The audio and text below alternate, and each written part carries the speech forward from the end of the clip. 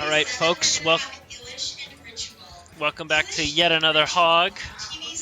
Not hosting, owning this time. False advertising.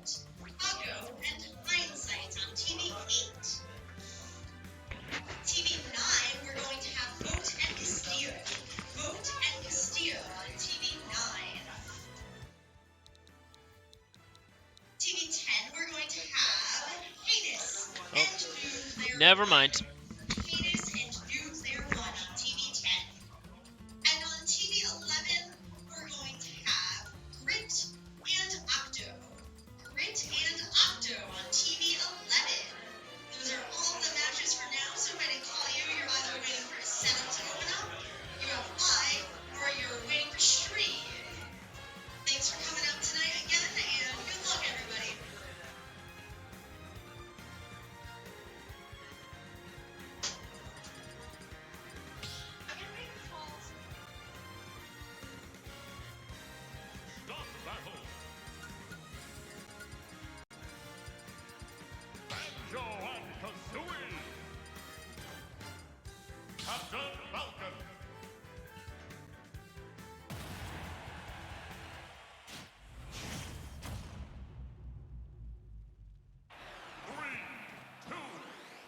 If your tag is Thank Me or Fall Guys fan, Thank Me or Fall Guys fan, and you are in the venue, or you are somebody who knows one of those two people and you know of their whereabouts or have a way to contact them and confirm if maybe. Alright, people, what's up?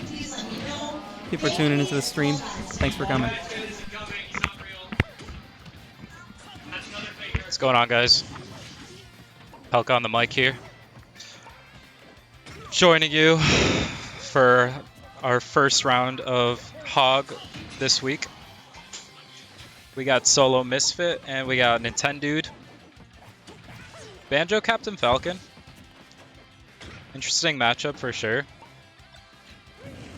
Oh, I like that. Good use of that egg right there to recover. Okay. Alright. I see you, Nintendude. Dang. So, I don't know, I might be uneducated, but I feel like Nintendude is a very familiar name. I feel like I just recognize him from somewhere, but I'm not sure where. He's a former top 100 Melee player. Oh, okay, well, there's that. Yeah. I appreciate that already. No problem.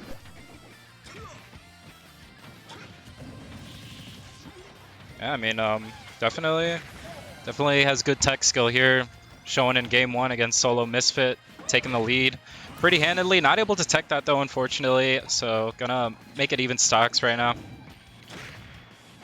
You know, a matchup like this is very interesting because obviously Falcon just wants to rush down and get those combos, and then Banjo is forced to play more campy because he just can't keep up with all the quick hitboxes Falcon can throw out.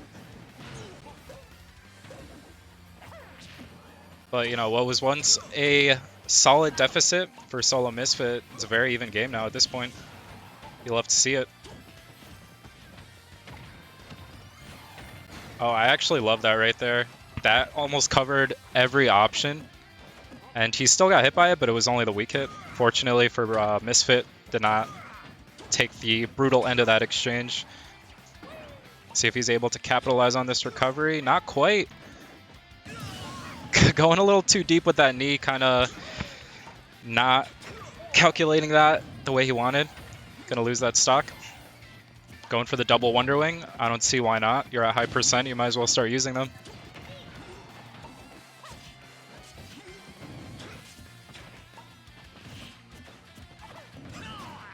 Oh my goodness. And you know, that's just something, if you're a Falcon main, that's probably happened to you a couple times, I'm not gonna lie. Good back air, gonna take stage control completely. Already at 80% deficit though. Not looking very good for Misfit right now. Nintendude on the hunt to steal out this game 1.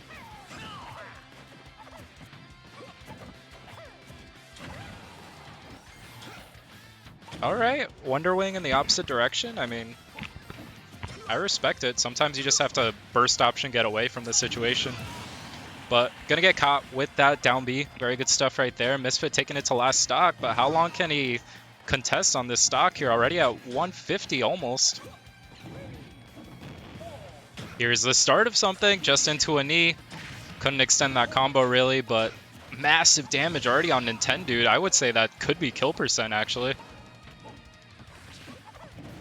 Opting to regrab the ledge there, not going to get punished for it. Going for the YOLO side B again, not going to connect though. I mean, if you're Nintendude at this point, you're like one grab, kind of one raw interaction like that one right there. Take stage control. Let's see what can happen.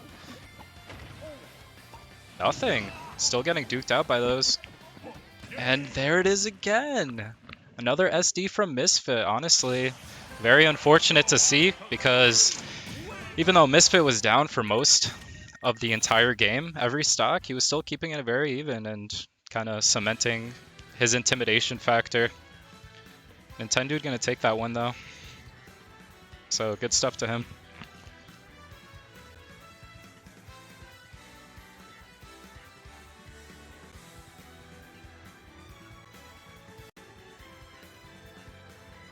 It's always a treat watching people who excel in other Smash games play Ultimate and, you know, vice versa in general, because they always bring something to the table that you're like, wow, I never really thought of that. I don't know. I might just be talking, but I love watching, what's his face? I can't think of the name right now. I'll think of it though. Game 2 on FD. I love that string right there, just the side B to knee. Not even trying to extend any combos here, we're just going for the raw knee. I like it. Nice hard damage.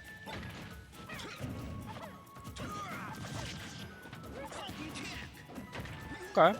Aggressive recovery. Gonna get punished for that twice. Terrible situation for Misfit. Able to make it back on stage though. Good stuff.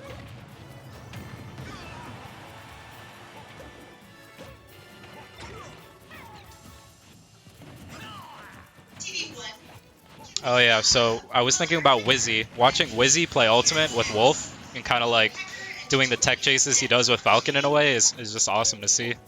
But Misfit dropping that first stock once again in this game 2 here.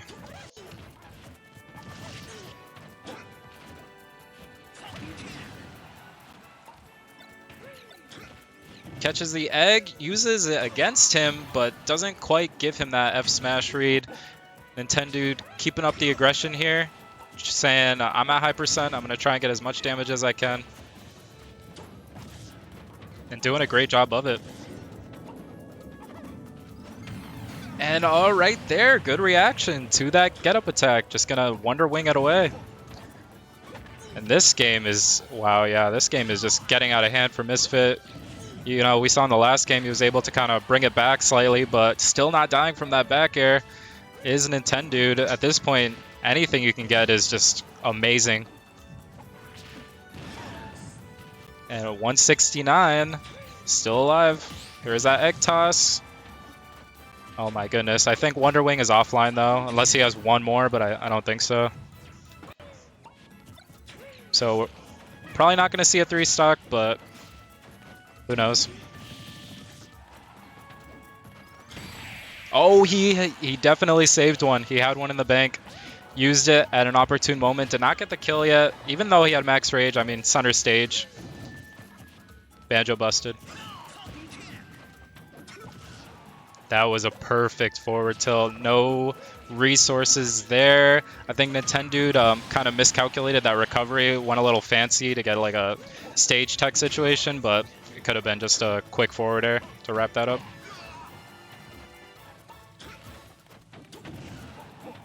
Almost getting that conversion off the egg. Would have been nice to see. But giving Misfit a chance to try and get back in this game here. Yeah, oh, what a mash.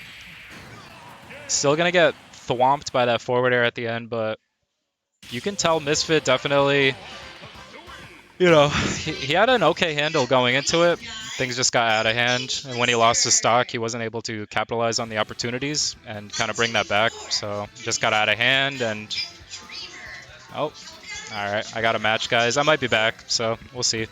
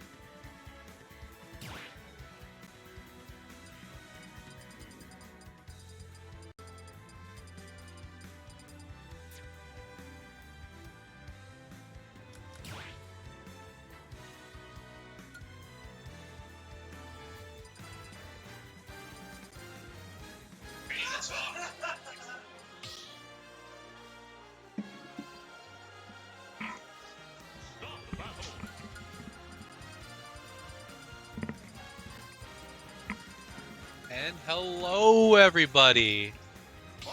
Hopefully you guys can hear me a-okay. Welcome to HoG Shock 6.5. I am JT Nomad, apparently representing the Red Sox. We got a treat for you guys. We got Green Guy, H Meister. We are seeing the Terry. We are seeing the Byleth. This will be a treat. H Meister, regular over there in Vortex, so not always here, but always a treat when he comes down. And Green Guy is very green, can confirm. Green controller, green shoes, green everything. He is that guy. Very green. So we're seeing how this one's gonna go. Kind of talking to Green Guy about this one. He's interested to see how this goes. Not quite getting the kill because Byleth just lives those. Gonna have to kill him if you're gonna spike him like that. Ooh, waiting patiently before that back air. That's just gonna do it. Back air sending at a horrendous angle there. Always does. Good first stock going to H Meister. Hopefully Green Guy could respond. But you know what? Who says Byleth can't zone?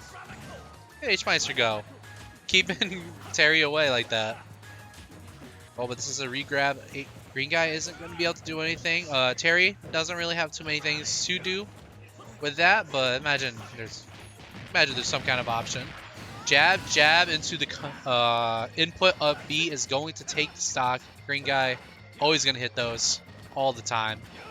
It's definitely his main kill confirm. H Meister keeping this afloat, and you know what? I think Green Guy's getting hit by too many arrows. I'm going to say it. I am going to say it. Alright. Get up attack does not get punished. H Meister is starting to, you know, a little sloop the lead a little bit, but I do like what he's doing. Is pressuring Green Guy at the right moments. Knows exactly when to attack, but you know what? 2 power gauges is all it's going to take to bring it back. Green Guy now in the lead is what I was going to say, but we actually have a tie first game. Did you guys place your bets? Because I have no idea who's going to win this one. H Meister has been winning majority of this game, but Green Guy, as explosive as Terry is keeping it close, and I am joined now by Heinous. Hey! So I was watching this on the stream before. Pretty close as you, about as close as you can get. Yeah. Ooh! Not quite. Oh my God. I wonder what happened. You know what? That might have been some hurtbox repositioning. Like he was safe when he was in tumble, but as soon as he repositioned, he might have tried to do burn knuckle immediately, and Terry's legs kicked back, and that might have pushed him into the blast zone. I was going to say, maybe like a shoelace just barely crossing over, and unfortunately that is going to do it. It did feel like H Meister was in charge of that the whole game. It was just like the great Terry moments where Green Guy is just like, I'm going to kill you now. Yeah. And it's just going to work. Well, and that's... For as slow as Byleth is, she does have a very good neutral. So, but it's just hard to out-neutral Terry long enough to beat him because, you know, eventually he's going to win, and then he'll hit you with the go. Yeah, Terry's are always going to get their combos. They're always going to get their offense in. It's just you got to survive it. That's a trick. But you know what? Green Guy is definitely the guy to kill you in one touch, and H Meister kind of making it work. He's saying like, hey, you're not even going to get one hit. You know, obviously he's going to take an F tilt, but okay, well, you're going to get off that. I'm going to get, oh my God, that was almost a stock. H Meister definitely playing it very defensive, which I think you have to.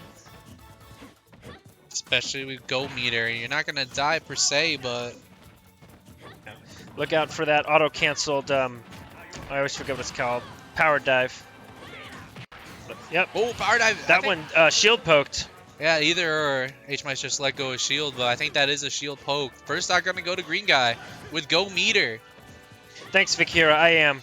Appreciate you asking. All right, so here's where fighting Terry really gets difficult because you're behind and he's got go, so he can really, like, if you don't finish him off quick, he's gonna really snowball. Yeah, and H-Meister not really finding the kill. Trying to get it with the dash attack, but like I said, one opening is all the green guy needs. Yeah. Now He's he's at very green, and he's going to make you very red, which I guess you already are, but you know, it's fine. I think another adjustment green guy's making. not quite gonna do it. Respect the arrow. Oh, Buster Wolf, not quite. But in the first game, green guy was getting peppered by like 7 arrows at a time, and I think he's learned to respect it because that kind of won neutral for H-Meister a couple times in the first game. But you know what? It's not about the first game, it's about what you're doing now. And green guy is taking H-Meister to his last stock, and he's at 52 already. Yeah, it's completely turned around. Even the start of this game was really good for H-Meister. He had such a lead, but green guy finding the opportunities and just kind of exploding on him. And he had the stock to play with there, so why not, throw it out? Play a little risky, and you know what? It turned up all green guy as this is going to a game 3.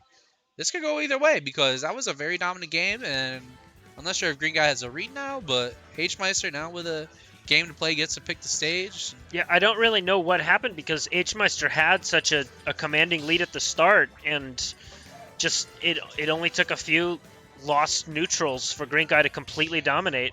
I think it is what you said and what you alluded to earlier. It is very hard to consistently wall out Terry and beat him in neutral. Maybe it's not the hardest thing in the game per se, but once he gets in, he's just gonna punish you very hard. And maybe green guy's trying to find those cracks in H-Meister's armor as we're going small battlefield. Crazy good range. H-Meister's been getting those up Bs consistently. So. Yes, and he's been converting off of them too. So not just getting the up B, but getting the extra damage. Yeah, the follow-up is really good. Follows really good from H-Meister, but green guy also getting these follow-ups cleanly. H-Meister has got to stop putting himself at the ledge because it's too dangerous. Oh wow, didn't get punished for the F smash. Couple of defensive habits being called out by H-Meister. We all know green guy's is gonna make you hurt. Now respecting those arrows, good stuff, and this is as even as it gets. Doesn't get punished.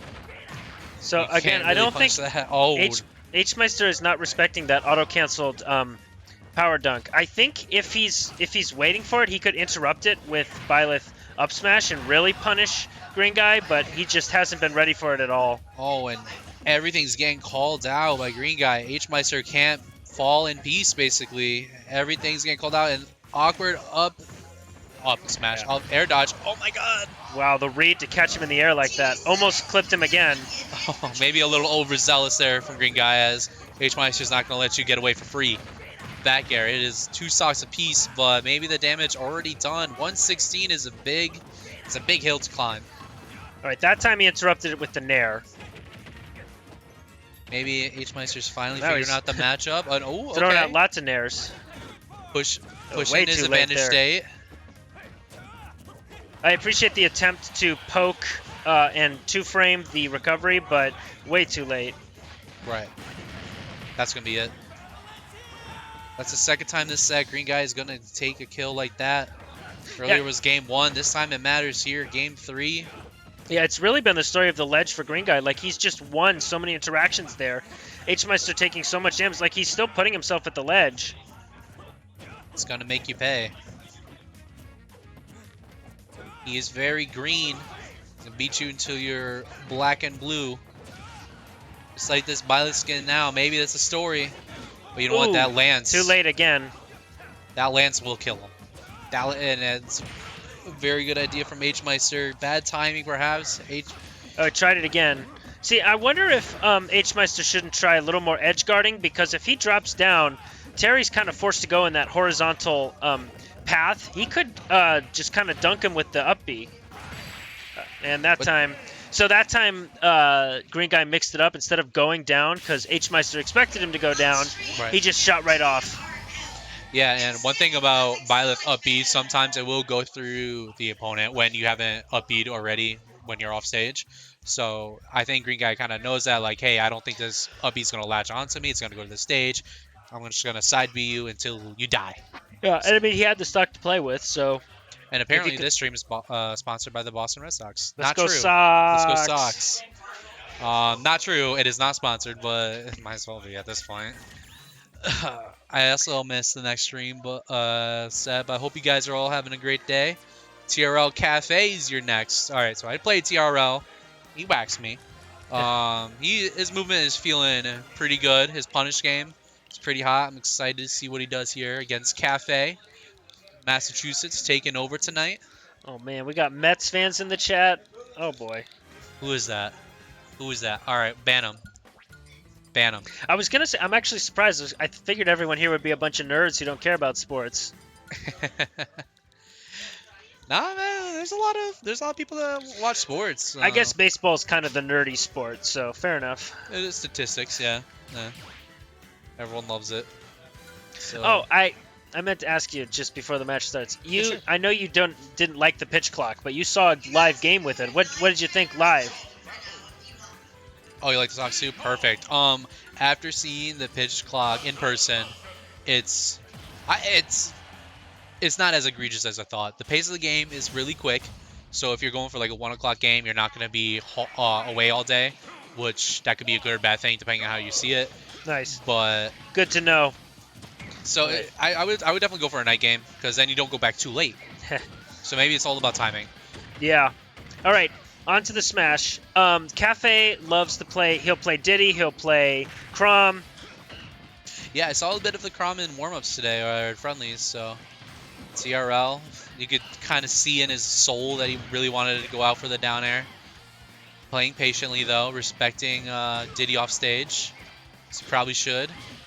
Ooh, that time and he almost paid for it. Wow. But you know what? No harm, no foul. All Cafe so far. 5. Can we have new player 1 entry? Just hasn't cleaned up the stock just yet. But now he's got the banana. Oh, and he's Z dropping. Oh, we got shenanigans. He knows what he's doing. I was about to say, a Falcon with a banana seems pretty scary, but Nothing is more scary to a player who uses items than their opponent starting to Z drop. That's when you know you're in trouble. yeah, like, oh man, I'm in trouble now. But yeah, like, normal get up against TRL, it almost is faded for either a gentleman jab or you're dead by the up B and getting the up tilt drop down into the down air. Ridiculous stuff. He will make you pay. If you're zoning out, you are gonna zone out again in the blast zone. Yeah, he's running him over. See, that's the thing about Falcon. Like, for all his weaknesses, if he's winning, he's crushing you. Yeah. Holy crap, brutal. man. Cafe, or actually, his name is actually Sammy Classic Sonics fan. I think I probably messed up somehow, but I'm just gonna call him Cafe for the sake of simplicity. But you know, not really having the answers right now. Maybe a switch to Crom in game 2. Well, you know what? This game isn't quite over yet. Yeah, but I Gotta mean, give respect. just dominance here from TRL. For sure, for sure. And Ooh. oh my He God. went for something fancy. He might have been better off just doing the side B to get you some know more what? damage. TRL will hit those. He won't miss that twice. He will not miss it twice. He's gonna go for it again until you get hit by that. Well, I think Cafe's a little shy about throwing out the banana because he hasn't taken advantage of it once. But did you And- see him go under the Diddy F smash Yeah. because he did a little jump? Yeah. And you see TRL was like, oh my God. Not Monkey gonna kill. flip, not gonna kill quite yet. Yeah, the grab hitbox is really not that strong. Oh wow, the fair though. I guess he's got some rage, but Some Still. rage and maybe some bad DI there from TRL, but you know what? It's a stock for Sammy Classic Sammy. I'm not gonna be able to pronounce that. Sammy Classic Sonic fan, you frickin' fricks. You freaking fricks. All right, well, now TRL banning his 3 stages now, which threw me off a little bit. Yeah, for those who don't know, we are banning 3 stages now, and it's going to be small battlefields and Final Destination, switching positions. Am I allowed to complain about that on stream? Like, am I allowed Sure. to complain about... Sure. Give Why your do opinion. people say FD's not neutral? It's as neutral as Battlefield is, and Battlefield's not neutral. Like, it's okay to have a little bit of a sway on your starters. Just saying. I'm I not like sure. FD. I know you like FD, you dirty Rob main, but I don't even know if that stage is good for the character specifically, but you do see a lack of FD from time to time. I do like the lack of DSR though. Yeah, no DSR. A couple of changes here. Frog. You know, FD is probably one of the least fair stages in the game. Yeah, I mean, some people think that. You know, I auto ban FD. I'm not gonna lie to you. All right, get juggled by Mario on Battlefield and tell me about how fair that stage is. He doesn't kill you off the top platform anyway. You know, if you DI up B wrong, but Oof. ooh, but DI the up B there. Yeah, almost died because the oh wow trade. No. That move is so weird. I never understand the way it trades, the way it explodes. Like, and how far Diddy Kong gets sent. All right, yeah, F on the ledge is going to do it. TRL keeping conceding. it close. Oh, I was hoping for another up tilt to Up tilt to down air. All right, a lot more even this time. Yeah, Cafe getting the right adjustments that he needs, and maybe, you know, using Banana a little bit more patiently. He got that early kill with the F tilt when TRL didn't have a jump. So I think if he's gonna, because Diddy's not gonna be able to out damage Falcon, so he's gonna have to win with those earlier kills by edge guarding or just getting banana combos. And we saw that earlier. That is how Cafe got the first stock here. Ooh, maybe could have gotten something there with the back air or even an F tilt way up high, because this is Town City after all. The air dodge to avoid the banana smart. Ooh, tried to get the meaty jab. TRL is also scouting out these monkey flips really well. He's going to punish Cafe every time for throwing those side beats out. All right, he's thrown out that up B, the Falcon dive a lot. Be careful because that will get punished, and he's at a death percentage. Oh yeah. Right. Playing a little. Shield. Ooh. All right, double back air. Playing a little bit more defensive is TRL now, but he's gonna have to turn it back on to take the. Does Falcon have a kill throw? I know back throw will sometimes kill, but I guess he's got a kill throw in his kill command grab. Yeah, I guess. Yeah. Forward throw I don't think kills, and that's probably the only other contender besides back throw. Oh, you're right. He's Forward got those throw combos. does kill. Oh, maybe I thought that was going to be really crazy. This is, however, last stock. Cafe doing a really good job keeping it close. Ooh, will that do it? Enough. What the? He kicked him. He kicked him backwards, forwards. What a weird hitbox. How does he do that? Yeah, that was kind of fun actually. Not for Cafe, but yeah, that was a little bit of some jank to end off the set. But good stuff, TRL. He was in control. I guess he felt it. I guess the thigh hitbox sends forward. I don't know. I've never seen it. He got called to play Pelca, Heinous. Oh, so. okay. Oh. What TV? News to me. You can ask Kelly. All right. Thanks. All right, Heinous. Good luck, man. I'm still with you, chat. Sahara's in the building. What's up, Sahara? Hope you guys are enjoying the set so far. You know, we got some good stuff. TRL putting on a clinic. Good stuff showing you how to punish Diddy with his monkey flips, how to play with Banana. Some really good stuff as we're going to move on to... Is this already the third set of the night? I don't know. It might be the fourth. The thing is, yeah, we've had 1, 2, 3. This is the fourth set, yep. Fourth set coming at you guys already. Time flies when you're having fun. We have MotherHecker versus Castillo. We are going to see the Greninja. Castillo has, you know, 2 characters, or maybe even 3 to think about. So we're going to see the Palutena. Decides to not go for any of the Shotos this time around. So we are going to see some fast gameplay, perhaps. You know, Greninja, the slippery bugger, and, you know, Palutena isn't slow. This is a very fast character. And you know what? MotherHecker with a quick 39% down. That's a dash tag to up smash for your troubles. Not confusing Castillo, but definitely moving around his options right now. You cannot punish. All right, gonna miss it. Gonna miss the grab. Castillo getting a 2-hitter here. This will be a very interesting way. Oh my god, that is a strong confirm. Nair into the forward air is going to take the first stock of the set. It's MotherHecker. Again, the dash attack into the sliding up smash. Connect with that sweet spot. We're going to see how Castillo handles with pressure, with movement pressure, because he's going to have to if he wants to take this game here. You know, MotherHecker is going to be moving all sorts all around him. Hey, come on, sit down. So we're going to see how Castillo is going to adjust after losing this first stock. And you know what? Down throw up air is going to do it. And I am joined by Cafe. Hey, what's up? I just played on stream, got kind of drax, but it's all good. Hey man, I got trashed by TRL. This is the fan club by getting trashed by TRL. Yeah. But yeah, we're just talking. Greninja Palutena. Castillo having some trouble getting around some of the movement pressure. Yeah, it's definitely like a rough matchup for Palu just because Greninja's so hard to hit. It's kind of like a harder version of the Fox matchup in a way. Just the pressure that Greninja applies is really strong. And and I know MotherHecker very well. He's going to play really aggressively, and he gets that confirmed, just kind of moving around on him. Yeah, I don't think he drops a confirm, like, ever.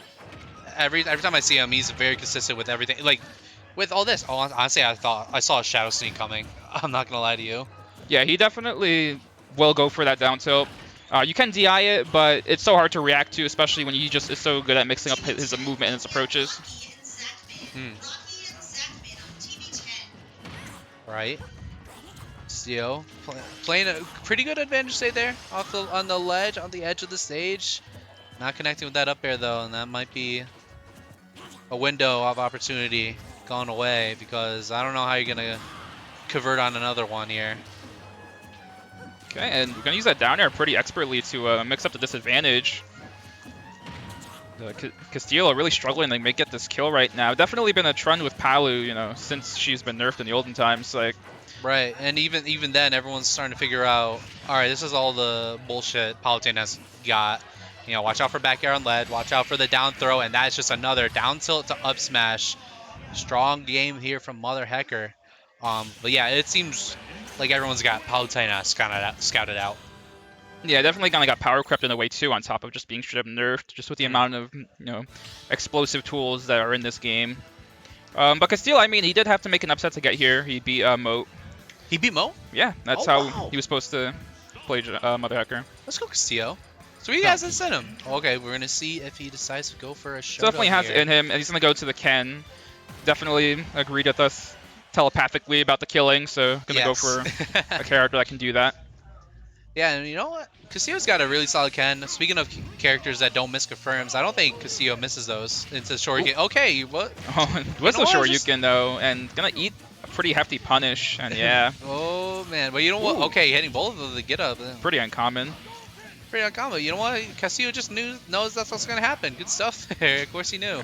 And honestly, I mean, Ken just hits so hard, evens it up in basically 2 straight hits. So yeah, if you blinked, you missed it. Even the Hadouken, that's going to give him the percentage lead, and you know what? Almost. This is absolutely the better answer, seemingly. Shoryuken not going to connect, though. That's the way he's going to miss those confirms if, you know, the game decides you deserve to miss it. Happens to everyone, and you're going to be put in an edge guard situation. And I don't know, he saves the jump, but it's not going to matter when you have that Hydro Pump. Ooh. Oh my god, he saved him. Maybe I think he saved him. Okay, he killed him, but then I think he saved him. Yeah. Still, first stock still going to go to MotherHecker, but you know what? Castillo evens it up right away. Absolutely. This is how you get into this game, but you got to stop with those focuses up top. I'm going to say it. You got to stop with those. Ooh, gets attack. All right. The up smash not going to connect. And you see Castillo just really making really good mileage out of the better out of shield and the punishes of Ken. Because on paper, it would seem like, oh, Palu's a better character. She's more mobile, more consistent neutral, but right. Castillo really able to rack up the damage. Even if he gets like kind of pummeled right now by MotherHecker, yeah, it's not going to matter as much. Greninja kind of being known for not having the best out of shield options, so obviously we see MotherHecker not really going for a shield as much, but Castillo's kind of figuring that out. Like, hey, yeah, he's not going to shield that. Well, of course he's going to shield that because of the dash attack, but he's kind of figuring out like, hey, I can pressure the hell out of this guy. If of course you got to get a hold of him, and you know when you don't get a hold of him, you're going to get up smash. Yeah, straight up smash definitely going to be the kill right now, and MotherHecker, I mean, pretty comfortable lead right now. Flying around him so well. And okay, trying to do his best Jazzo impression there. Really wanting those parries. I respect it though. I respect it. Maybe he's gonna come in with a dash deck and parry that. But MotherHecker a little wise for that nonsense. Double dare. Double decker dare. Coming out. MotherHecker, he just knows everything Kasu's gonna do, and okay, but did you know that was happening? Looks a little janky on Ken, but it works nonetheless. Gets the damage. It's a confirm there. Good stuff from Casio. Last stock situation here. A little bit of a disadvantage here for Casio. I will say the one thing is, uh-oh, you gotta play. As much as I want to see the rest of the set, I must go. It's collectible players. Hey, have fun. And right as you get off, yeah. Yeah, you know what? I go. So this is set. All right, and MotherHecker, I mean, wins that set pretty convincing fashion. We're gonna get Grit and Ralphie Boy. That's gonna be Bowser Jr. and Joker, so that's gonna be a fun one for sure. Just hold on a sec. Just want to take off my headphones so I'm not like wearing double.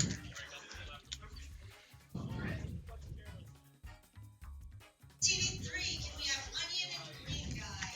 Onion and Green Guy on TV3. MotherHecker does in fact own Castillo, but not HBox.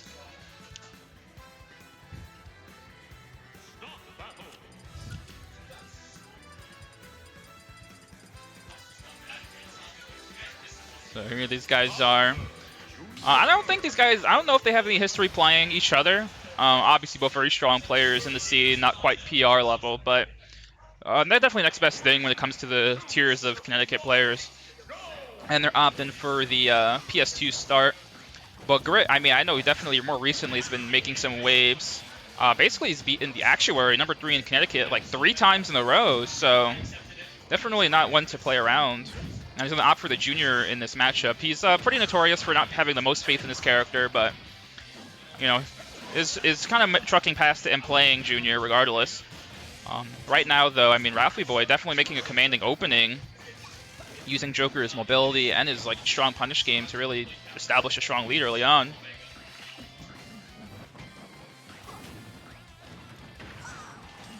And ooh, almost tries to get the that's like the Joker classic. All of them will go for the F smash read if they don't have Arsene, but you know, not gonna get too hardly punished for it. And now here's Arsene really to close out this stock. You know, Grit, no fear, dash carts right into it.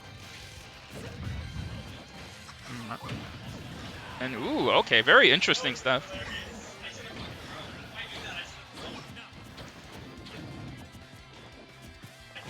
Oh, and a little bit of spaghetti. Grit really was not scared of the Arsene, made it go away, and now the game's even. Now he has the lead with that Mecha Koopa into back air. One of his biggest strengths definitely is his item play with Mecha Koopa. An item traditionally thought to not be as strong as things like Turnip or Banana, but he's not going to care as much. But he should have cared about that back air right to the face. And I mean, yeah, let's see. Definitely making some more use out of this Arsene right now from Ralphie. TV2, can we have Hindsight and Toxic? Hindsight and Toxic on TV2. Ooh, tries to read the normal getup a little bit too early on it. So this is a very funny matchup. Normally pretty hard for Junior. And this is honestly one that Grit couldn't be pretty doomer about sometimes, but it's not really mattering too much. I mean, it's pretty even right now. Very back and forth gameplay from these two. Gonna try to go really deep. Oh man, oh, and he gets killed for it too. It's a really scary thing about Junior. I mean, he's definitely exploitable off stage, but his recovery overall is super, super strong. As you can see, just the amount of delay he can do on it. Ralphie Boy kind of looking at that, thinking maybe I shouldn't have gone so deep. And is he going to get edge guarded again? Nope. All right, and now Arsene's out, which makes Joker even more susceptible to getting gimped off stage. And ooh, yep, that's a confirm he's been practicing. You can also do the up B from the footstool to get that same up B into hammer confirm. Tries to 2-frame him, doesn't quite get it, and will get killed for it. Last stock from these guys. I mean, if Ralphie Boy can hold out and get an Arsene. He can definitely cheese the game win, but Grit doesn't look like he's going to be falling for it. Almost gets killed by just the spin out. And, okay, look. All right. They were both getting kind of greedy there, and Grit definitely just took advantage of it by being greedy and back. He's going to take game number 1 pretty comfortably over Ralphie Boy. Ralphie Boy definitely not a slouch, though. And his, one of his debut tournaments at Vortex Monthly, I believe, he beat Pelca, so definitely a solid player in his own right.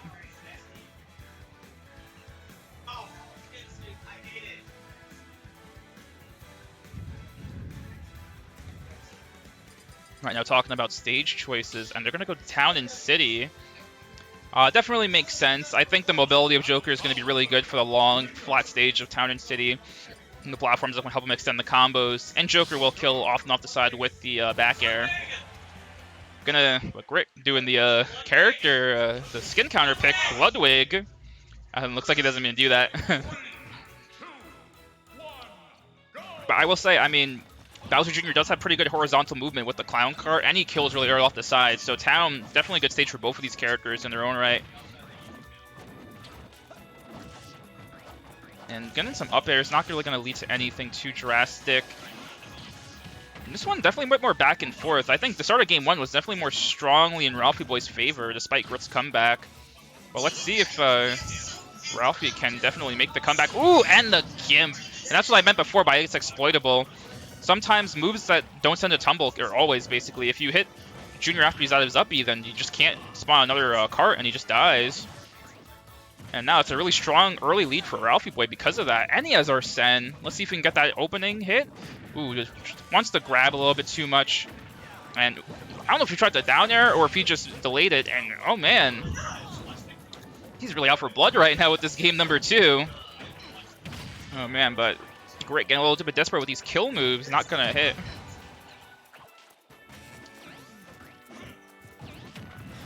Ooh, that's another classic Junior gimmick, if you will. Definitely holding down to do the beefy up B into the hammer hang. And this game is just so fast right now. Oh, unfortunately not fast enough on the confirm, though, and that's going to be a throw off the stage.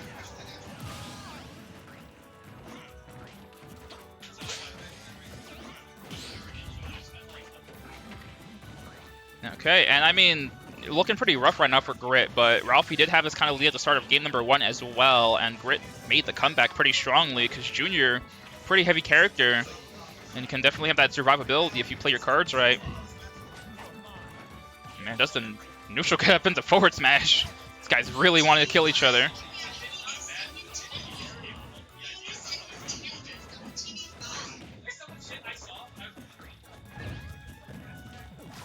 And ooh, gonna get that kill because desperate to get the abandoned ship on him. Forward smashes the normal get up, really bold read, and reads the air dodge. Doesn't get the hitbox he wants though. Will definitely look like a sour spot. And okay, not gonna get the edge guard.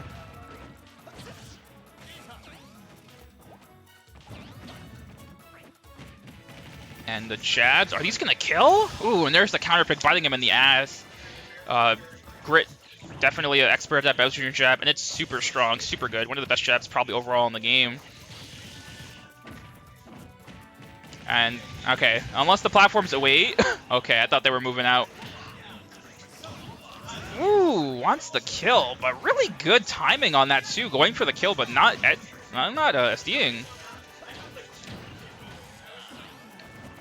And these guys are scrapping. Oh, DI's in, but doesn't get the kill. Ooh, but he's going to get that up smash, and we're going to a game number 3. Really good gameplay from both of these guys. But perhaps Ludwig was not the answer Grit was looking for to close out this set. Might have to go back to the reliable Junior.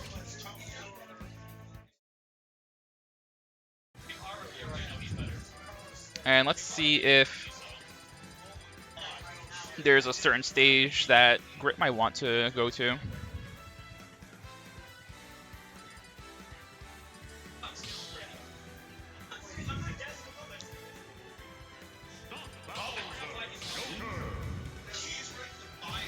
And we're going to Battlefield for game number 3.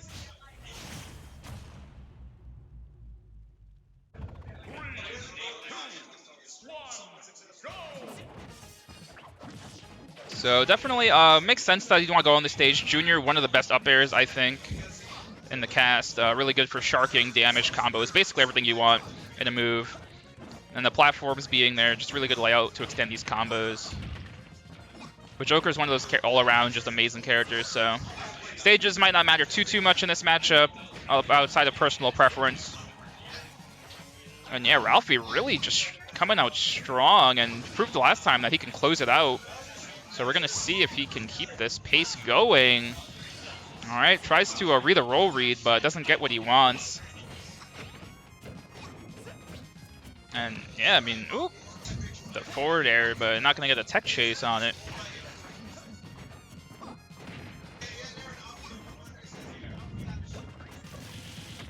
Okay, and the combo starter for the down air. And I did not think that was going to connect.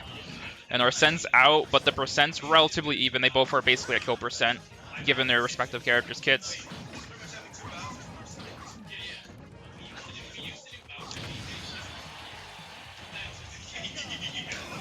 Gonna get that Mecha Koopa. Let's see if he can make it different. Ooh, resets the pressure with it.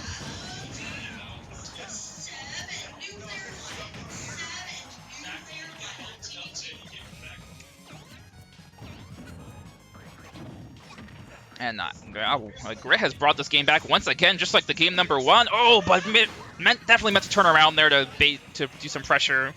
Gonna get killed for it. All right. Interesting, the spin out didn't send to the side. Maybe got a different hitbox of it again.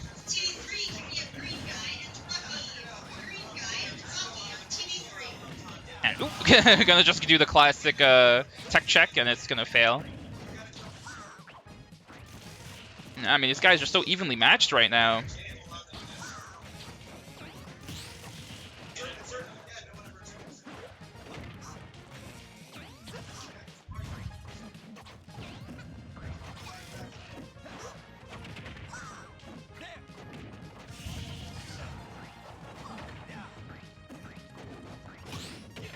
Ooh, nice parry.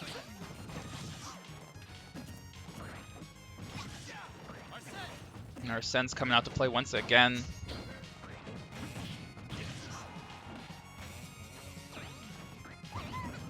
Alright, opts for the ledge trap this time, and it seems like it's going to be working out. Oh, okay, goes for another roll read. I really don't agree with these smash attack attempts from Ralphie Boy. I get why he wants to go for them. He wants to close out the stocks, but sometimes just advantage state into like a safe back air is all you need, and that situation was all set up just because he really wanted that to kill him, and he's the one who died for it instead. And okay, gonna get this, yep. And I mean, game's basically even. Let's see if they can close it out.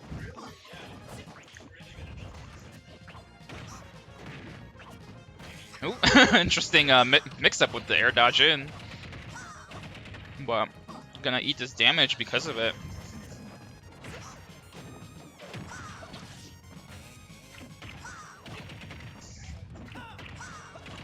Yeah, calling out him staying in the air for so long with the grappling hook. But he's gonna come crashing down with that down air, and oop, that is not it. Okay, Bowser Jr., heavy character, like I said before, and even if the percent's a little bit different, that's not guaranteed dead. Gonna get this jab damage up. Arsene's out to play, though. Grit has to play really careful if he wants to close out this best of 3. Oop. Definitely had the idea of the up smash, but didn't predict the movement. And ooh, that's gonna be a lot of Arsene gone. So yeah, both these guys really want this. And ooh, the jab. Not gonna get the jab, gonna get the neutral air to shield. This is really tense right now. And gonna get the grab, not gonna kill off of it though, but this could be it. Is he gonna try to gimp him? I know, not a lot of gun use actually. Interesting decision from Ralphie. I don't know if he forgot or what, but ooh, the forward air landing hitbox into jab. These guys both want to kill each other, and Grit gets it with the nair off stage. Insane comeback from Grit. Really piloting that Junior really well. Ludwig was not the answer. It was all we needed was Bowser Jr. the whole time. Can we get Pelca and MotherHecker? Can we get Sammy Classic, Sonic Fan, and Moat? All right, unfortunately, I have to play, so we will hear from me later, probably.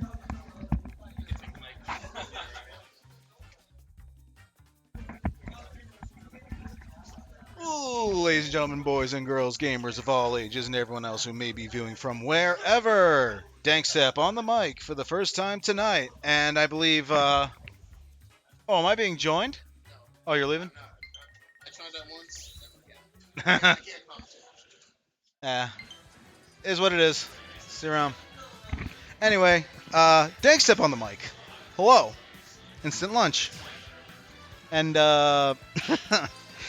here's a state line classic, a Western Mass classic. Granted, MotherHecker's Enfield, but you know he's essentially in that goon troop. Pelca, MotherHecker. Good morning, Rue. Or Ro. I forget how it's pronounced. I'm sorry. I should know. I took French in high school, but and I'll say this: if you are a teacher, especially a teacher of a language, please have some sort of charisma. No shit. I will never forget this professor because she was the least inspiring person I have ever been taught anything by. FFS. Can you tell Owen I said hi? Lido. Okay. Hecker Pelca. Now I know MotherHecker has got like at least one win on Pelca, right? It's not like he's completely winless against this man's. But you know what? I don't know. I like to see upsets. I like to, you know, and yeah, Pelca's been the guy on that half of the state since the game began. Almost made PGR the first time, back when that was a thing. RIP. But MotherHecker, like, all I'm saying is MotherHecker, especially last year, was mint. He was great. First time he was here, he ran 7 straight wins and losers and still was able to get a 2-stock on Ling before finally losing in Grands. MotherHecker can bring it, but now he's got to bring it to Pelca, right? Here in foreign territory. And he is winning right now. But honestly, Pelca just steals. Dude, you don't want to let a snake get ahead. And even when you don't let this snake get ahead, he steals kills and he steals damage. Pelca literally just steals games. It's not okay. If you were out of brackets, please let me know if you want to sign up for redemption. If you're out of brackets, please come up and let me know. He really has 0 wins. He doesn't have any wins on Pelca, true?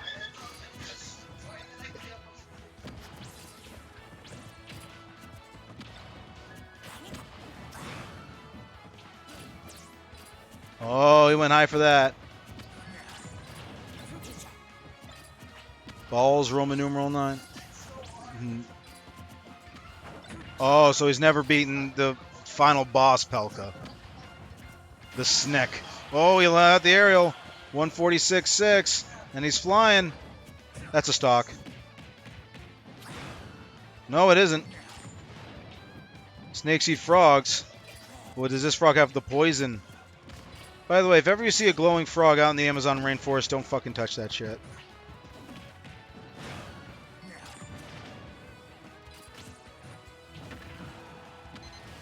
Oh no, don't let him take this first stock. If you let him take this first stock, game 1 is gone. Good up attack. Grenade, missile. Oh, snake jabbing. What an angle.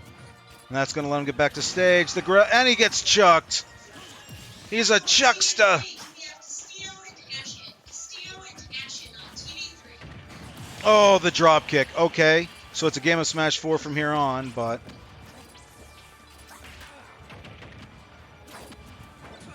Let's see here. TV7, give me a Pop-No into Pop-No. Pop-No into Pop-No. Oh, the Nair, the grenade. Oh, man. Why the hell are grenades super effective against because he's a frog? Alright, as I was saying, the poison tree frog. You touch that shit, literally 5 seconds later, your nervous system shuts down and you're dead. And then something else, the Amazon's gonna come and eat you.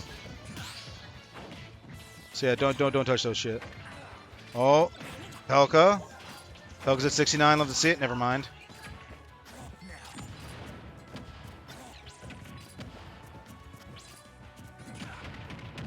Oh, and there goes the damage lead. Oh, hold on, is he stuck? Nope.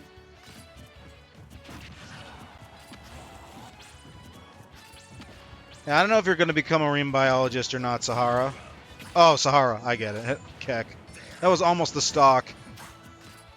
But he fell out of the up air. Oh, the parry. Put him down. Goes the wrong way. Oh, the spot dodge. Uh-oh. Just chucks him that time. All right, good evasion. Shot the grenade. Oh, good evasion and the tried and true up tilt. The best tilt kill move in the game, probably. All right, he's pretty much got to take the stock without taking any more damage if he wants the chance. Nah. Dude, he makes it so hard to kill. Like, watch, this might even be a 2-stock. Like, Pelca just takes all the air out of you. Wait a minute. Oh, watch the...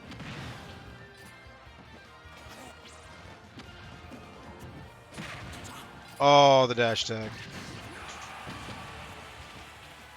There goes Snake. So what does MotherHecker have? Does he have some cheese in him?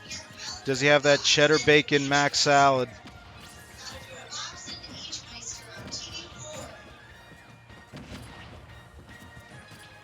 All right, trying to play patient. He knows what he's doing here. Okay, shields that. Parries that. The grenade. Oh. Oh, go for it! Oh my god, Pelca may have screwed up big time here. Yeah, this game's almost even. No way! No way! Oh no, watch the up tilt, watch the up tilt! He's gonna up tilt you! Oh, no way, no! Oh, that was way too close.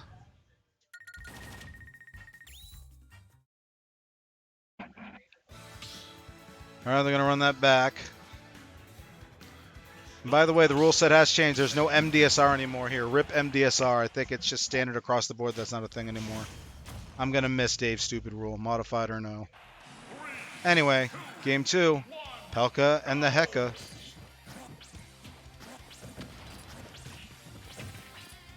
Oh, just got bopped on the head by a Granada. Down tilt. Good shield. Oof.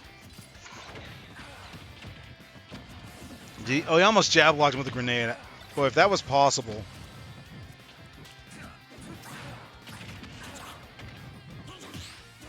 Oh, the parry. Dash attack. Oh my.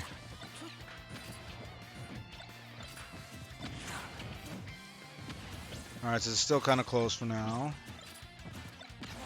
Oh, hey, it's Spectre. Hi, Spectre. And there's the damage lead. Never mind.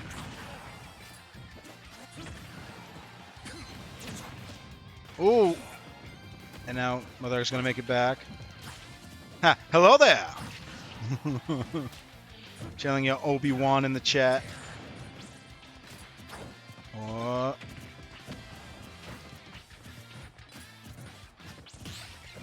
Okay, the parry. Grenades going off. Oh, watch the C4. Watch the C4, John. And that's going to be stock 1. Okay, okay. John hasn't let the mental game slip away. Makes me wonder. And it makes me wonder. Okay, the Wendy's score. Oh, look at this, look at this. Oh, John has a chance now. Okay. But he's pretty much just got to... If he goes up 3 stocks to 1, he should win this. Should. But I've seen Pelca just recently reverse 3-stock red berpo. Not that he's going to have to. Oh, we got the grab. Oh, the grenade. So frustrating.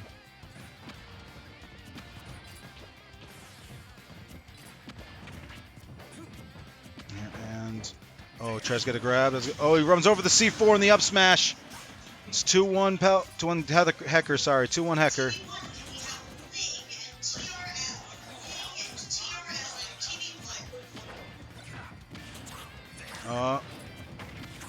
Oh, another grenade, and this is where Pelca catches up, isn't it? If you were out in losers round 1 and 2, we're gonna get intro. It starts soon, so if you want to No. You can't die here, John.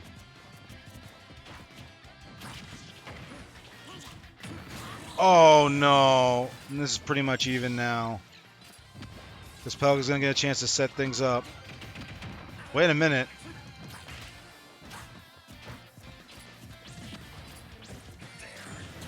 Uh-oh. Come on, John needs poise. John needs to stay focused. What is MotherHecker going to do here? Oh, the good rollback. And now we're back to this game. Uh-oh. You can't lose the damage lead. If you lose the damage lead, you're probably going to lose the... Uh-oh. Can't be a 2-0, Sahara. It's a best of 5. Is he stuck? No, he's not stuck. Oh, no way. No. No, it's best of 3. No, it's best of 3. Is it not? It said best of 5 on the screen. Never mind. Yeah, it's not best of 5. That was a Okay, typo. I stand corrected. That was my bad. Oh, I knew it wasn't best of 5. I must have accidentally typed our best of 5. owner and fearless leader Artie screwing up on I stream. knew that it was best of 3. We would never run quarters best of 5 unless we had I don't know. Unless it was like a monthly with like 80 people. Yeah, I got you. I have no idea when we would. All do right, it, correction, Sahara. It is exactly a 2-0. But MotherHecker played that well. I don't know how well he normally plays it, but someday I suppose. In the immortal words of the Mighty Mighty Boss Tones, someday I suppose. Who do we got next up, Artie? Who are we calling next? These are the people. Ah. So I don't know if anyone's told you, but you Western Mass goons completely gooned on us and got Onin to actually pre-reg all the way from Michigan. Yeah. Only for us to find out that he ain't in here. He even tweeted about it. He ain't here. And so then Red Berpo made an account called Onion, made literally today, all trying to troll us using this boy from Detroit. Owen, if you're here, shout outs to you. It was funny.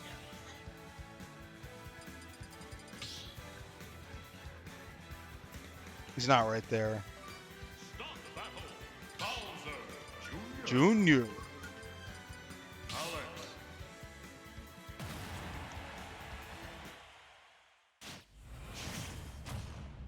I'm getting off the commentary desk. You know what? Fuck that.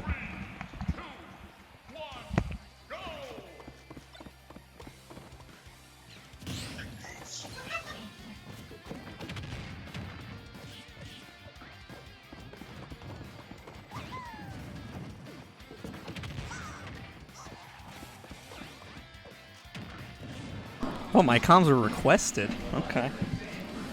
Okay. All right. I guess word's getting around. I guess the people know. The people know what they like. They know what they want. Yeah, we got Steve on the screen. I don't know. He picked Steve, and I was like, dang.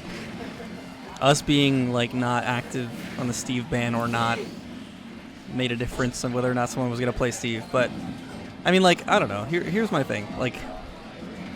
I don't play. It's hard for me to make a call about a character. We decided not to ban because we weren't sure. Some other New England COs were like, we are going to wait until we see... Why does it say Red Berpo? Because that's Red Berpo. Yeah, you're right. It does say... Okay, well, I'm going to leave it there. I guess it's actually unfixable. I can't fix it, so... Yeah, we just decided, we're gonna. Any COs decided. I wasn't even involved in that process, but some of them were like, we're just gonna wait to see what the nationals do, the majors do this summer, and we'll follow suit with that. So I guess he's just unbanned for now. The tech is banned. You can't just leave that tech in, but.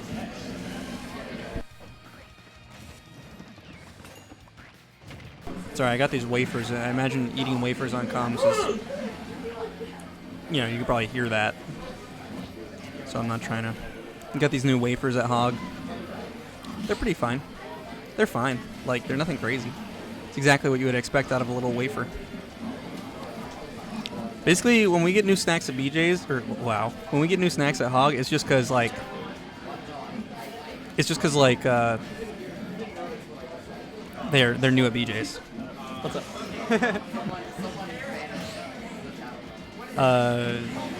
Hanus is checking out the stream setup. Hanus likes looking at the setup after stuff. HoG snack table is 2 OP. Okay, good. I'm glad. I don't recognize your tag as someone who has come to HoG. Maybe it's just you got a different name on Twitch. But yeah, I do think we have sick variety. Oh shoot, a little pop off. A little bit of a baby little pop off right there. Last spawn is Geno King. Oh, Geno King. Haha. And will he also deny it? Okay. What's going on, Fat? We got Grit versus Onion. Just got here. I think that was game 1. Onion gonna take that with Steve. Alright, I'm back.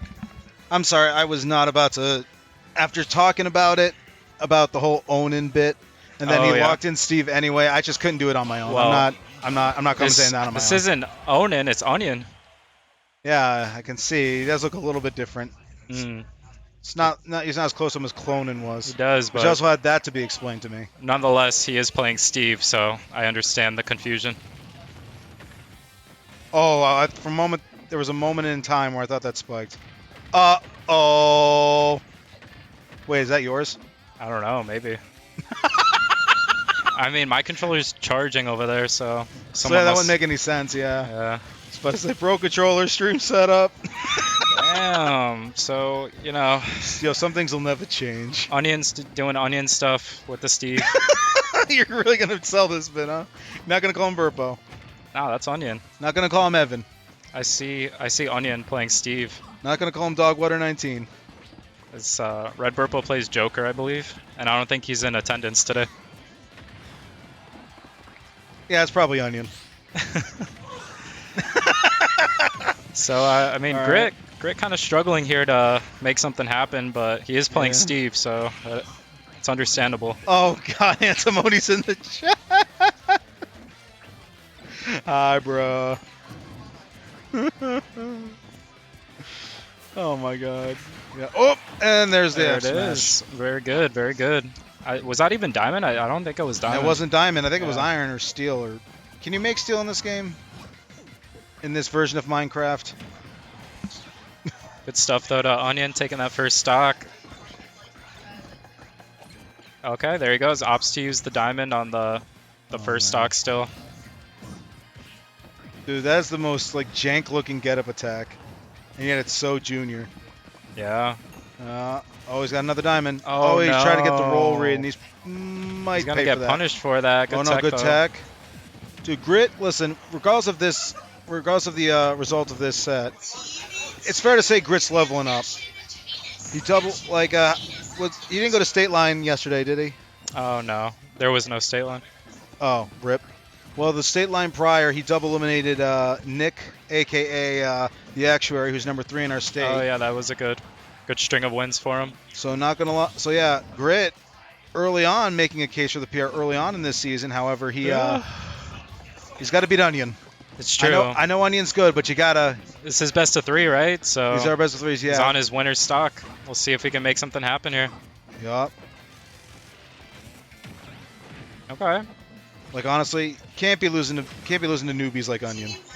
I mean, Onion's an up-and-comer, though. Let's be real. But he's going to get that huge F-smash, taking that stock. It's.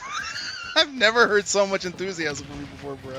I mean, it was hype. Come on. It was pretty hype. Oh no! No! That's going to be all she wrote right there. Yeah, that did kill what, Roger? It kills what? Yeah, Onion going to take that one. Well, Yeah. What are your thoughts on that? I'm not a big fan of Steve in Minecraft. I mean, I don't mind it. I'm always down to watch Steve play, so I approve. I think I've mentioned this before, but I think some point during the last calendar year, there was this weekly somewhere out in Germany, and there was two like gymnasium students. That's high school for those who don't know. And they both made to grands playing Steve, and they decided to go to the Minecraft stage and go no mining. No way.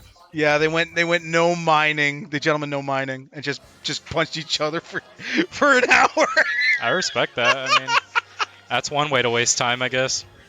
You see that it's like that Evo incident where the two Bayos were just trolling Oh, everybody. yeah. Except that's the good ending.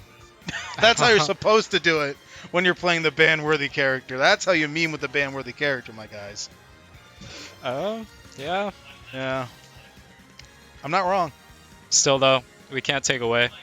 Onion taking that dub. Gonna move on to winner Yep. semis. And we have Dub's a dub. ZekeReds and Bran up next. Should be a hype set.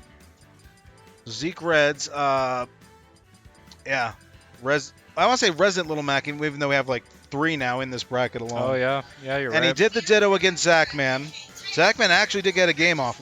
Oh, boo! Come on, Vakira's gonna be back, guy. Come on, Zeke. Damn, doing him dirty like that. The disrespects. You know who he is. I even mean, let's be real. Zeke's gaming right now. He doesn't care who he's deleting. All right. Got that stone cold posture. Stone Cold. Yeah. Oh, like the guy or the rock? No, wait. Stone Cold. Stone Cold. Wait, is Nintendude still in bracket? I don't was know. watching his first set. He was kind of popping off with Banjo. Yeah. Oh yeah. I honestly think Misfit got a little bit matchup check there, but That's honestly, when it's a 3-stuck and a 2-stuck or whatever the result of game 1 was, you can't discredit it. Yeah, exactly. Oh, Can't for discredit. sure, You can't write it off as just that. Now, But anyways, I was saying Zeke, and I was talking with Zachman earlier. He said he got a game off Zeke, and Zachman is newer than Zeke. Zeke has just lit it up. Zeke said he got caught by one of Zach's techniques that he doesn't use, and according to Zach's like, you know what, I might incorporate that. that's not bad. It's like You see? the side B at ledge, only with safer spacing. Right. Learning off Something each like other that. in a way, so good And stuff to them. And that's just so you know, if you're playing or watching someone who plays your character but not to like your level, right? You can still learn something. It's true. Very true. All right, you can learn from people who are dumber than you. All right, that's just life. I mean, yeah, you can't know every trick in the book. You have to learn from various Just methods. look at me. I teach people all the time, and I'm dumb as hell. Oh, that F smash ain't gonna win. Anyways, jumping right into game 1, guys. Yup. Got Zeke and Bran. I don't know. How does this go historically? Fill me in. I think Zeke's got. See, I don't know. I don't have the statistics on the Bran mobile. Sure. For those unaware, Bran is the carpool driver. Bran It's is him, the Ling, wild card. Hindsight, and generally it's usually Zeke's and Ralphie Boy. Ooh, that sent Although him nowhere. that's not a good sign. That was interesting. Although I got to be honest, I think Brand's too high a percent for that to combo in anything. Not that it matters anymore. Yeah, interesting slew of transactions there, but Oh, what the? they're For a both minute there, living. I thought he was going to use that to like back air him, and like actually Oh, get yep. a back air Yeah. stock with the Mac. That would have been absurd. I love Oh, that. super armor. Very intuitive.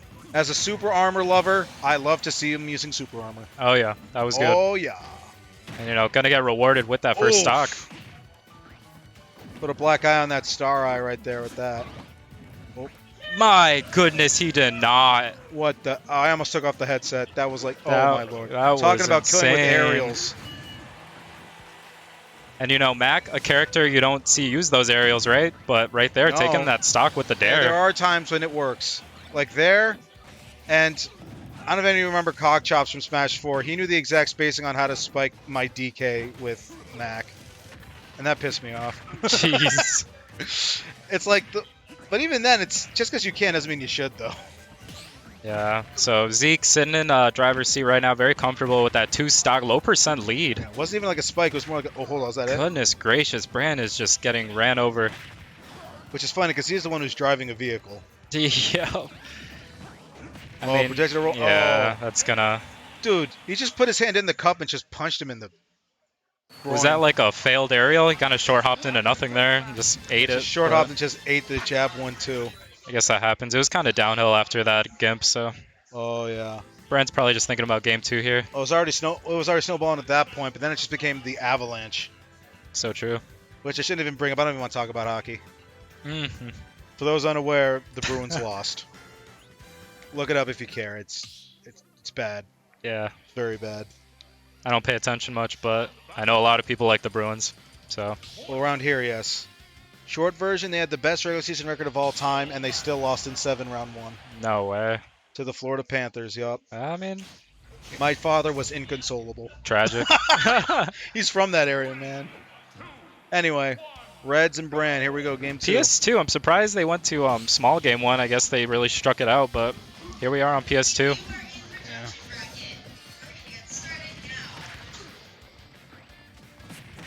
Okay, so Zeke still seeming very comfortable on this stage right now, holding it down. You know, I want to see Bran try and get more stage control here, whether it's with that Mecha Koopa or just something. hit him with the aerial in order to land safely, and then just hit him with 2 more things to put him at the 69, the funny number. Okay. Oh, but there goes the damage lead. Good string there. Misses the grab though. Is Oh gonna my pay Lord. for that. It's a good. I love that he waited for the spot dodge. He knew it wasn't going to kill, but still, it's a matter of getting space. Okay. Here it comes. Here it comes. I love that. The intimidation, one single jab. Oh, there it goes. What a parry reaction. Okay, Zeke is I know, kind of dude. playing kind of nice this set. I'm not gonna I'm lie. not going to lie, man. Watching a good Little Mac is not like watching a good any other character. It's true. It's like, it's insane, because everyone knows that it's just not a good character once you get him to ledge at all. With the call out, that was so raw too. Like if he But then you shielded that, see he was them- probably dead. But then you see them just kill people, and it's like, oh my god, Yeah. they died. They don't. It's a one-track mind. They said, "I'm gonna take this stock. I don't care what percent it is, pretty much." Yeah, right. Oh, the cannon forces the jump, but doesn't get the air dodge. Okay. Nice up B through ledge there. Oh, another parry, and that's matchup experience, being able to parry that repeatedly. Honestly, though. Oh, ding ding, Yeah. into the wall he goes. Juked him out, and if you're a Mac, you hate to see that happen, that last hit, and then you die from it, with Oh, KO yeah. punch. Yup. Quite frankly, he's still got a fairly comfortable lead. Oh, didn't parry that one. He's got to get off that platform. Yeah, not a good spot to be in. No. Oh, and it looks like the lead is slowly slipping away. That should take it away. No, the SDI into Damn, shielding. somehow, some way. Brand's still living though. 119. He is blessed at the moment. I didn't realize that was a blessed number. Anyway, KO punch incoming. I'm not good at these predictions. I mean, at this point, it's like you got a KO punch or you got a smash attack. It doesn't matter. Yeah, it's not like you can really set it up into it because they're too high. It was too high a percent. Yeah, The using stock the lead go back to Zeke. good super armor on that up smash, taking the second stock. Zeke poised to take this set right now, looking very good. What? Dude, the callouts. I'm telling you. Ooh. With this many callouts, it's starting to become a roasting. With that being said, it's still a one-stock game, so it's Yeah. kind of what Max got to do. And You if got you're to Bran dominate right the now, mental game. you know, just throw him off stage, kill him. One thing I've learned is that Bran is quite a smart player too, and he can adjust. Did you notice that he didn't actually try and run him over that time with that? But now Zeke's readapted, and it's just hitting him straight on instead of trying to parry it, because he knows Bran's not going to give him the chance. It's the counter adaptation these card pull plays. Oh, but then he thought Zeke was gonna. Yep, trying to get the jab reset, Zeke's but ahead of not the giving mental it to game, him. and I think it's gonna win him this set in 2. Oh, little shy on there, but Yeah. very tense moment Oh, in the this double game jump. right now. Still again with the tech roll in. Fork. Okay. Mecha Mecha Koopa. up there. Not Uh-oh. quite. They're both at 90. Oh, he risked it all on that. Yeah, because he Still realized the living, game was though. starting to slip away, so he tried to just do what he could. I thought he was gonna up B that. I was so scared. Oh yeah, I thought so too. It Oh was the right my decision gosh. not to. Oh, I think he's dead. What No, an he's alive. ugly angle that forward throw sent him though. Oh, a boxing glove, and He he's did alive. not. Oh my goodness. Oh, These guys. Oh, I respect it though. Hail Mary, It- no grace. It was getting tense to that point where Zeke felt pressure to throw something out and he finally caved. Yeah. Morgan Good with stuff. the win there. Good stuff to Bran though, keeping his composure, taking it to a game So 3. I'm saying Bran is just so composed. I've just never seen him like get truly emotional on the It's set win or true. lose. Yeah, no. he is- Like even Ling, who we all acknowledge as like the fucking iron nerves. Sure. When he gets a major upset, like when he won Smashadelphia pre-pandemic, when on the few times yeah. he's beaten Light, yeah, he'll jump. Oh, of course. I already popped off on Tony Pajamas at Reboot a few weeks ago. I guess Tony Pajamas was kind of memeing, and then it wound up getting reset, and then he won. Oh, wow. Still, yeah, I mean, everyone shows it, but Bran is here, keeping it stone cold. Stone cold, brother. That's Hulk Hogan. I know it is. I just had to throw something in there. Game 3, where we at? Okay, back to small. I like it. It was kind of going well for Zeke on this stage, game 1, just forcing Bran to kind of do something, right? So Right. Because the stage itself isn't as wide as PS2, right? Yep, and it seems like the platforms are just giving him more mileage too, Oh, but that that's F it. smash, interesting reverse with the back air. Gonna take the first stock, and this is the first lead of the set we've seen from Bran. The folly of Mac. Oh! Oh my goodness. Actually, it didn't even seem like that was spaced correctly, though. I'm not sure that would have hit it if he timed it well. Regardless. Alright, you know. Zeke, though, he can't count him out. He still has these parries on deck, showing us what he's made of right now. Trying to take this first stock, which he does. No way did that hit. Which he does. Lordy. Oh, stops him in his tracks. Yeah, that's With really the right uppercut. anti-airing Bran very hard right now is that up smash. Single jab and a phantom footstool. This is even. Oh, yeah. Uh-oh, This is can't let so him up. even. You can't let him up. Oh, he he let him manages up. to land. You let him up. What are we going to see? Bran hanging out on the platform? I would too. I don't blame him. Now Zeke gonna play this patient. Maybe just try and. Oh, threw it out a little too preemptively there, but still, he didn't cost it much, so it's fine. If Zeke lands even one KO punch, he's gonna win this set. Oh, yeah. Tied up, even Stevens. Okay, so let's see here. Oh, Oh, my cross him up to the spot goodness. dodge. And that. Oh, lick a tongue. I hate lick a tongue. Yeah. Oh! No. Jeez, what a trade. Totally in favor for Bran right there. Oh. And we got Zeke on his winner's stock. See if he can make something happen here. Oh, no. The jab lock. Could be the All right, start to don't something get terrible ganked. here. No. That wasn't the start. It was just was. I'm not sure what happened to his recovery there, to be honest. I'm pretty sure he had his jump. Maybe he didn't.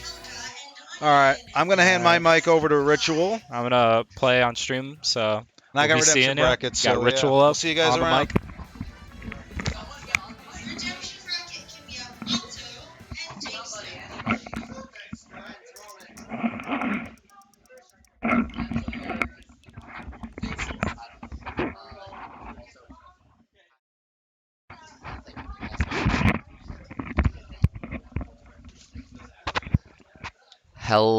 Hello, everybody. How's it going? I originally wasn't gonna do this, but tonight I just came to hang out. But can't leave the stream without comms, so I'm here, keeping it casual, having some fun. Someone should get on the mic with me. Anybody? No, we're trying. We're trying. Good morning, Ro. Bro, did you know? Look, see, you were lying to me. Onan is here, obviously. Onion. Just trust that one time Akola used Onan's tag in game and put it as Onion. Yeah, this is an interesting... This is a really interesting matchup. I actually played Berpo in round 2, his round 1, in this matchup. And his snake is his Steve is very weird. Also, obviously, these two play regularly. He has a lot of experience in this matchup.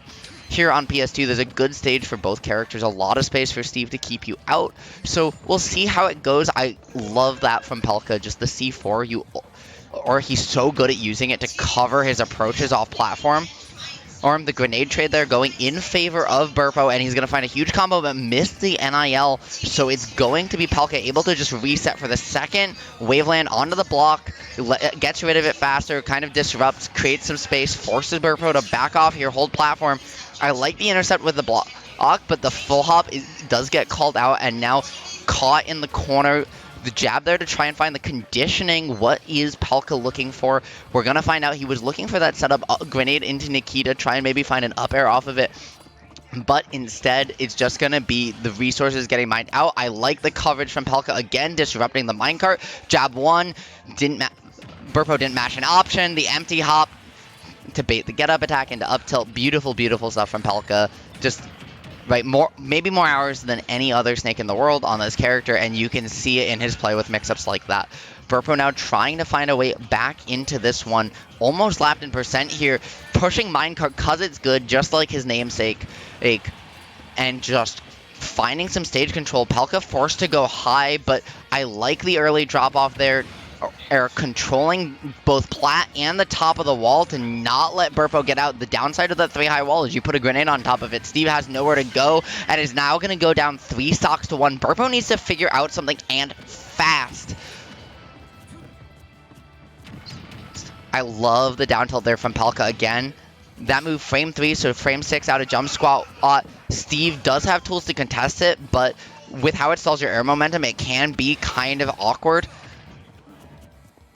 Looking for the F smash, frame 41, it's not going to matter, and the stock trade, the JV3, Pelca with the smile, he knows he got away with one there, folks, but, you know, Berpo with the Steve, holding it down, but at the end of the day,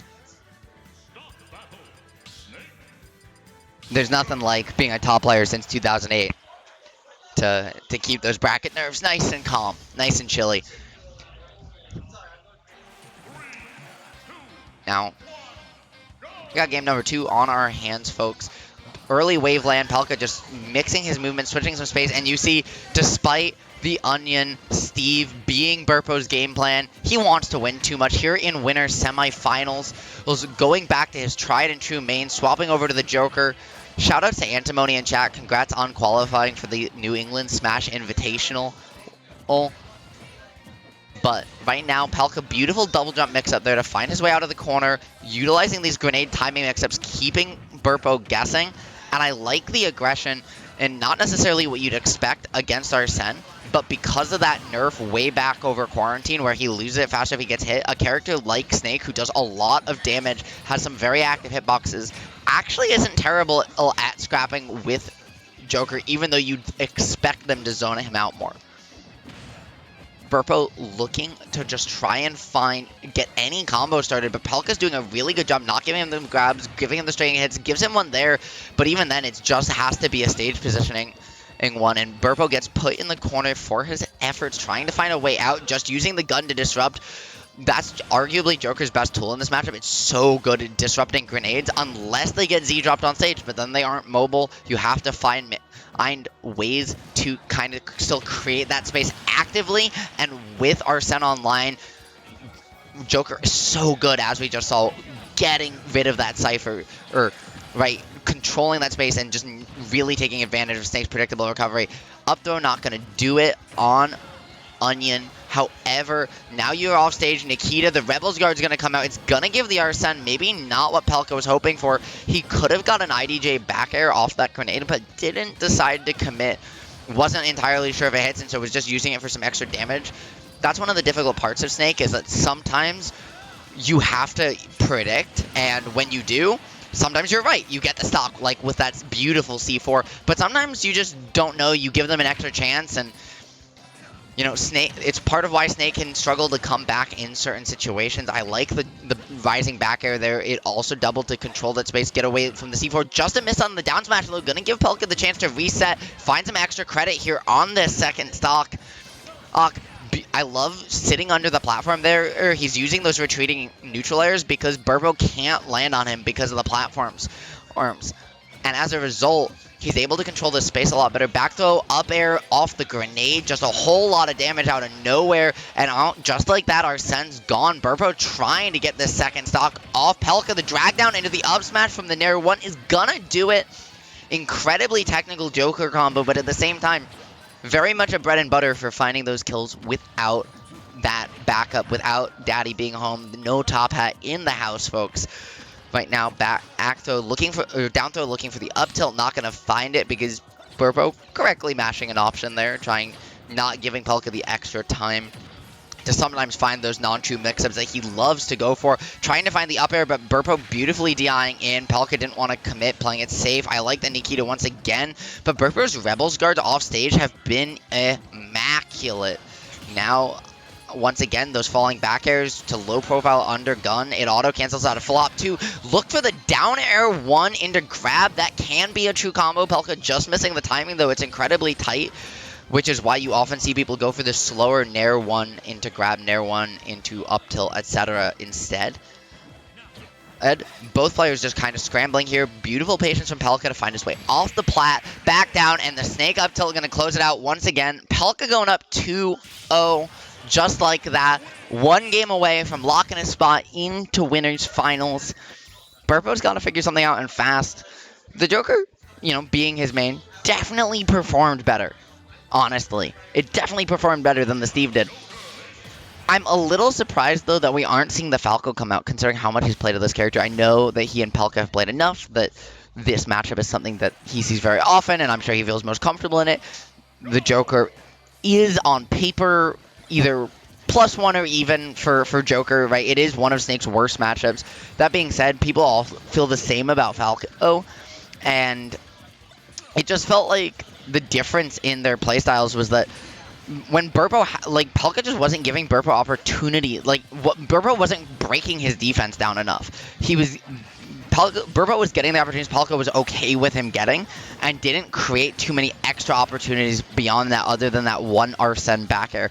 Now, though, he's doing a much better job playing in this mid-range, not letting Pelca set up and get comfortable in this platform space. I love the jump in on that C4 place, knowing there's a lot of end lag frames, and he can kind of cover and contest that space, not give Pelca the time to set up, and is willing to just start getting in these scrap situations. Try to find Nair 1 into Nair, or Fair 1 into Fair is gonna mean that... I'm sorry, what was that? Berpo getting clean with it, folks. Beautiful Nikita drop and the C4 there, just covering so much space behind Pelca with the explosion. There was nowhere really for Berpo to go except on top of him, and if he did, then Pelca just doesn't blow it up. He throws it an up tilt instead, and that's really a checkmate situation. Trying to find the slingshot up air on plat, doesn't find its mark, but now you have to find your way back down to stage. Pelca's done a great job of that so far, but Berpo finally figuring out the spacing around this down tilt, around these F tilts. The constant CQC mix-ups that Pelca has been so good at in this matchup, but it's gonna be the Arsene dash attack. Time runs out. There's only so much left. 1 heart stolen, 2 to go. Berpo trying to get on the board. Beautiful Rebels guard once again. He knows Pelca's grenade timing so well. You're seeing not just the matchup knowledge, but also the player knowledge from him in those timings over and over again. I love that early air dodge off from Pelca, utilizing that as soon as those 45 frames are over, he gets off and finds his way down. Down air up smash, not going to do it just yet. Even on platform, Snake's a big boy, and at 77, it doesn't matter if you have rage or not. It's not going to do it. Beautiful Nikita curling that up just before, kind of forcing the low recovery out from Berpo. Berpo jumped and didn't go for it, opted to jump as many people would, seeing Nikita go below you. That's all she wrote. Now just dash attack, trying to find pressure once again, trying to find a way to catch Pelca, landing, finally does so with the grapple, but has so much mileage to make up here. He has the opportunity now with Arsene online, but he needs to find this kill fast, rack on some extra credit, and find a way back into this game. It's not undoable, especially not with that F smash. And now Berpo just needs to rack on some damage, find a way in here. 18% a start, but what can he make happen? I like the patience, I like the reset, but the patience the second time Pelca's going to get him with the old jab 1, not pushing a button fast enough, trying to find the drag down into the grab reset. Berpo's patience is fantastic, but not good enough. Pelca's grenade just putting you in a checkmate scenario. Once again, he is so good at finding ways to weave grenades into those scramble situations and force you where if you get aggressive, he punishes you for it. If you're defensive or you're kind of in that mid-range or you hit him, grenade explodes, he gets conversion off it off the reversal, and berpo going down to losers, Pelca locking up a spot in winners finals. No surprises there, but fantastic stuff from both players, honestly. We'll see. Anyone want to get on the mic? We're trying here, chat.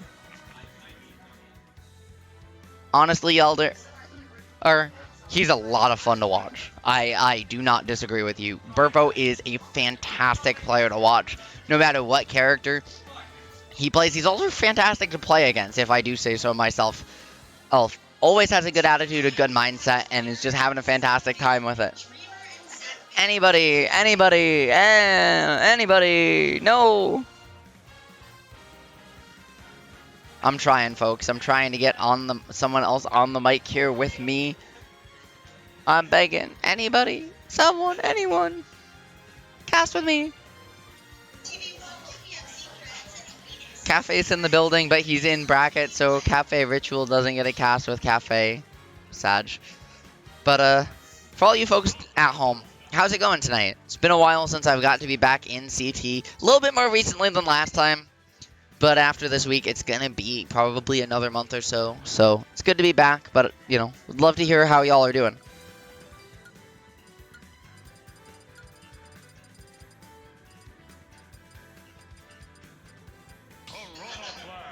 TV7, we have Tony XX and Dake Tony XX and Dake on TV7.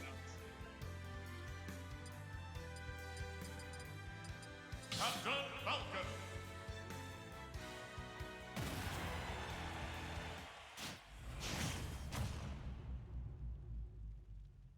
Three, two, one, go!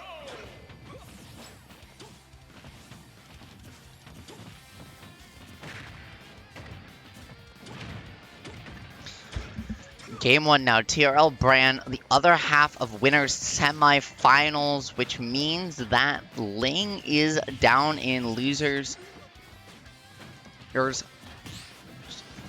We can take a look at bracket in just a little bit, but for the moment, we've got a fantastic set on our hands between two very different styles of gameplay, especially since Bran's pulling out that secondary Piranha plan, and I am joined on the mic by the other Snake main in New England. How's it going, Pelca? Hey, what's up, Ritual? How are you? I'm doing okay. I dodged you at the Arcadian, so now we finally get a block together. Here we are. Look at that. So TRL and Bran, I heard TRL sent Link to losers. Yeah, which is wild. Yeah. I was gonna say TRL over the summer when he was competing a lot more did not ever really get close on Ling. So seeing him start to figure that out is really exciting. He's always had the talent. Yeah, and especially, I don't know if it's just this tournament or what, but he is just moving for sure. But you can't count out his opponent here, Bran, who is also in winner semis for a reason.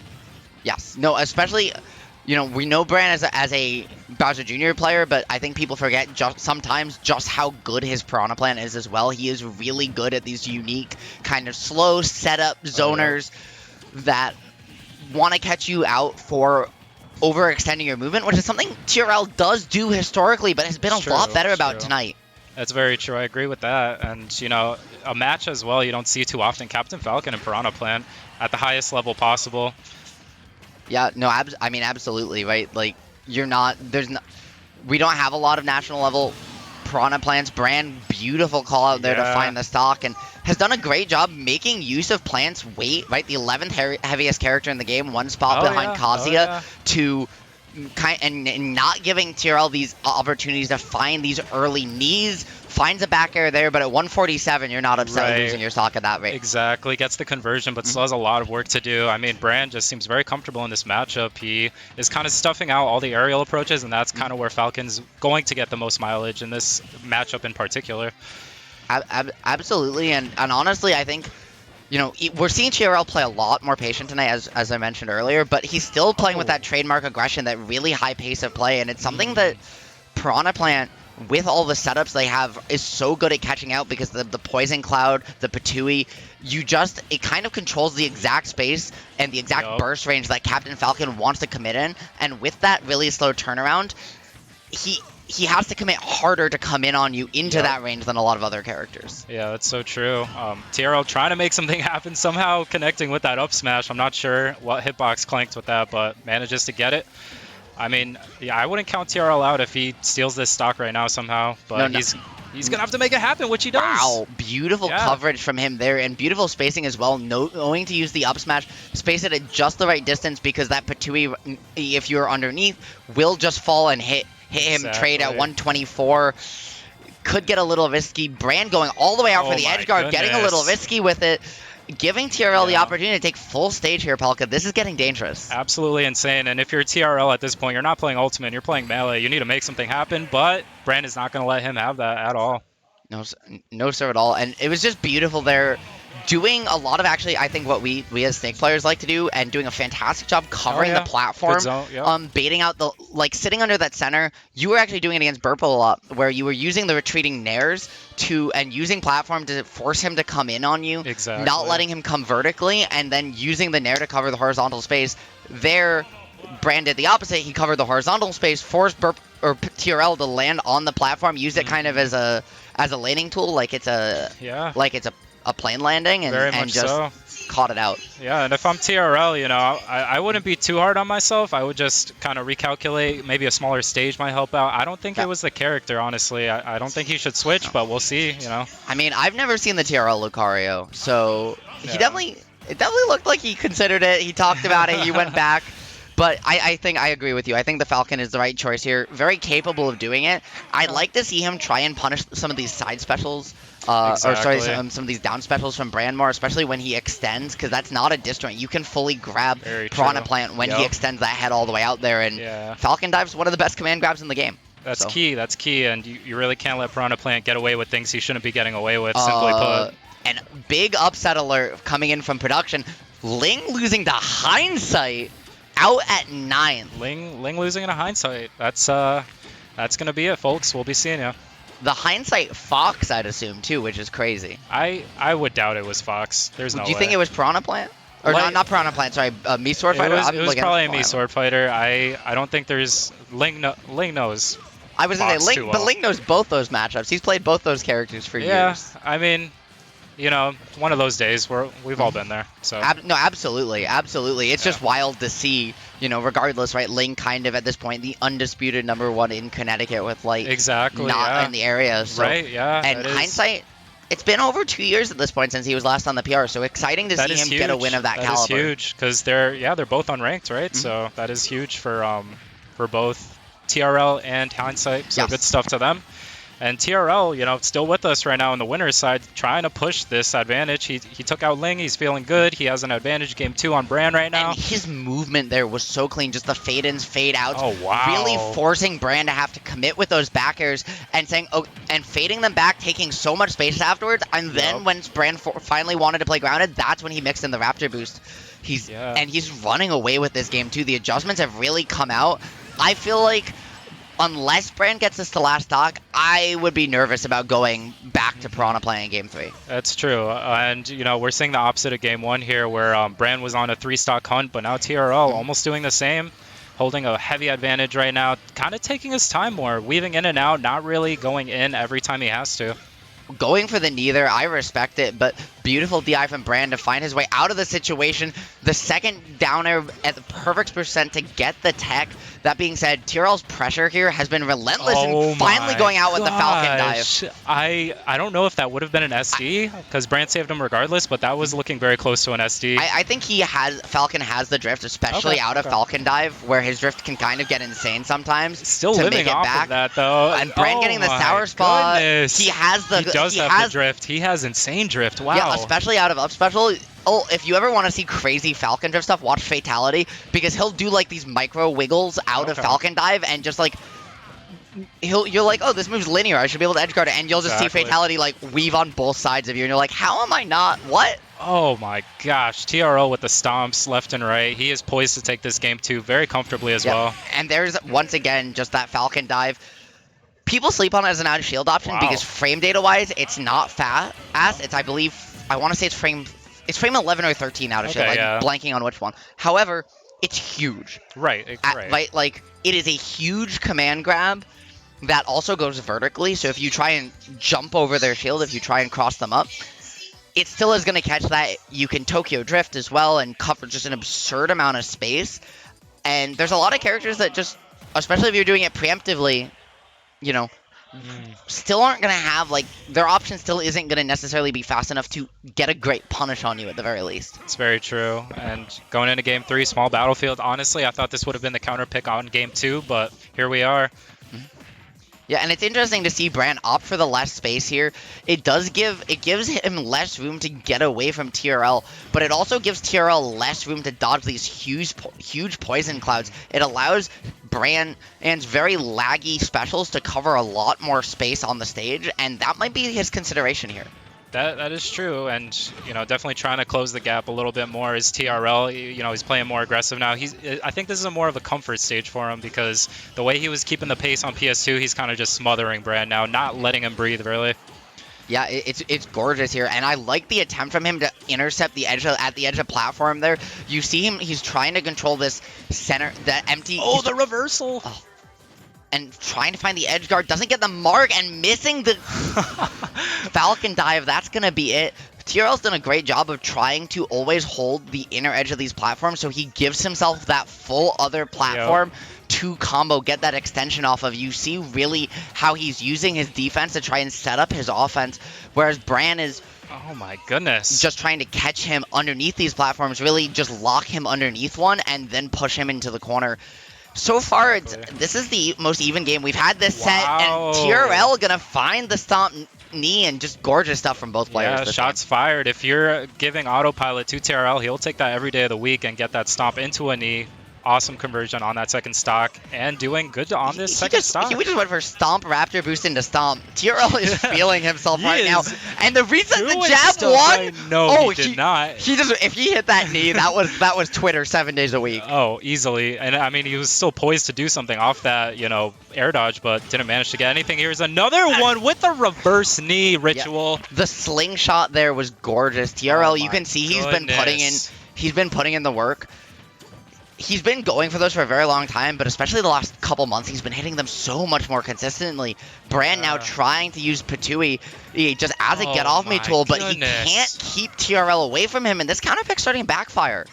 Yeah, he's baiting out all these air dodges, and TRL is just getting so much mileage off of these interactions there. But there's Bran finally getting him off stage, or let's see if we can get an edge guard, and there it is. That nair was gorgeous. I think he caught him slipping.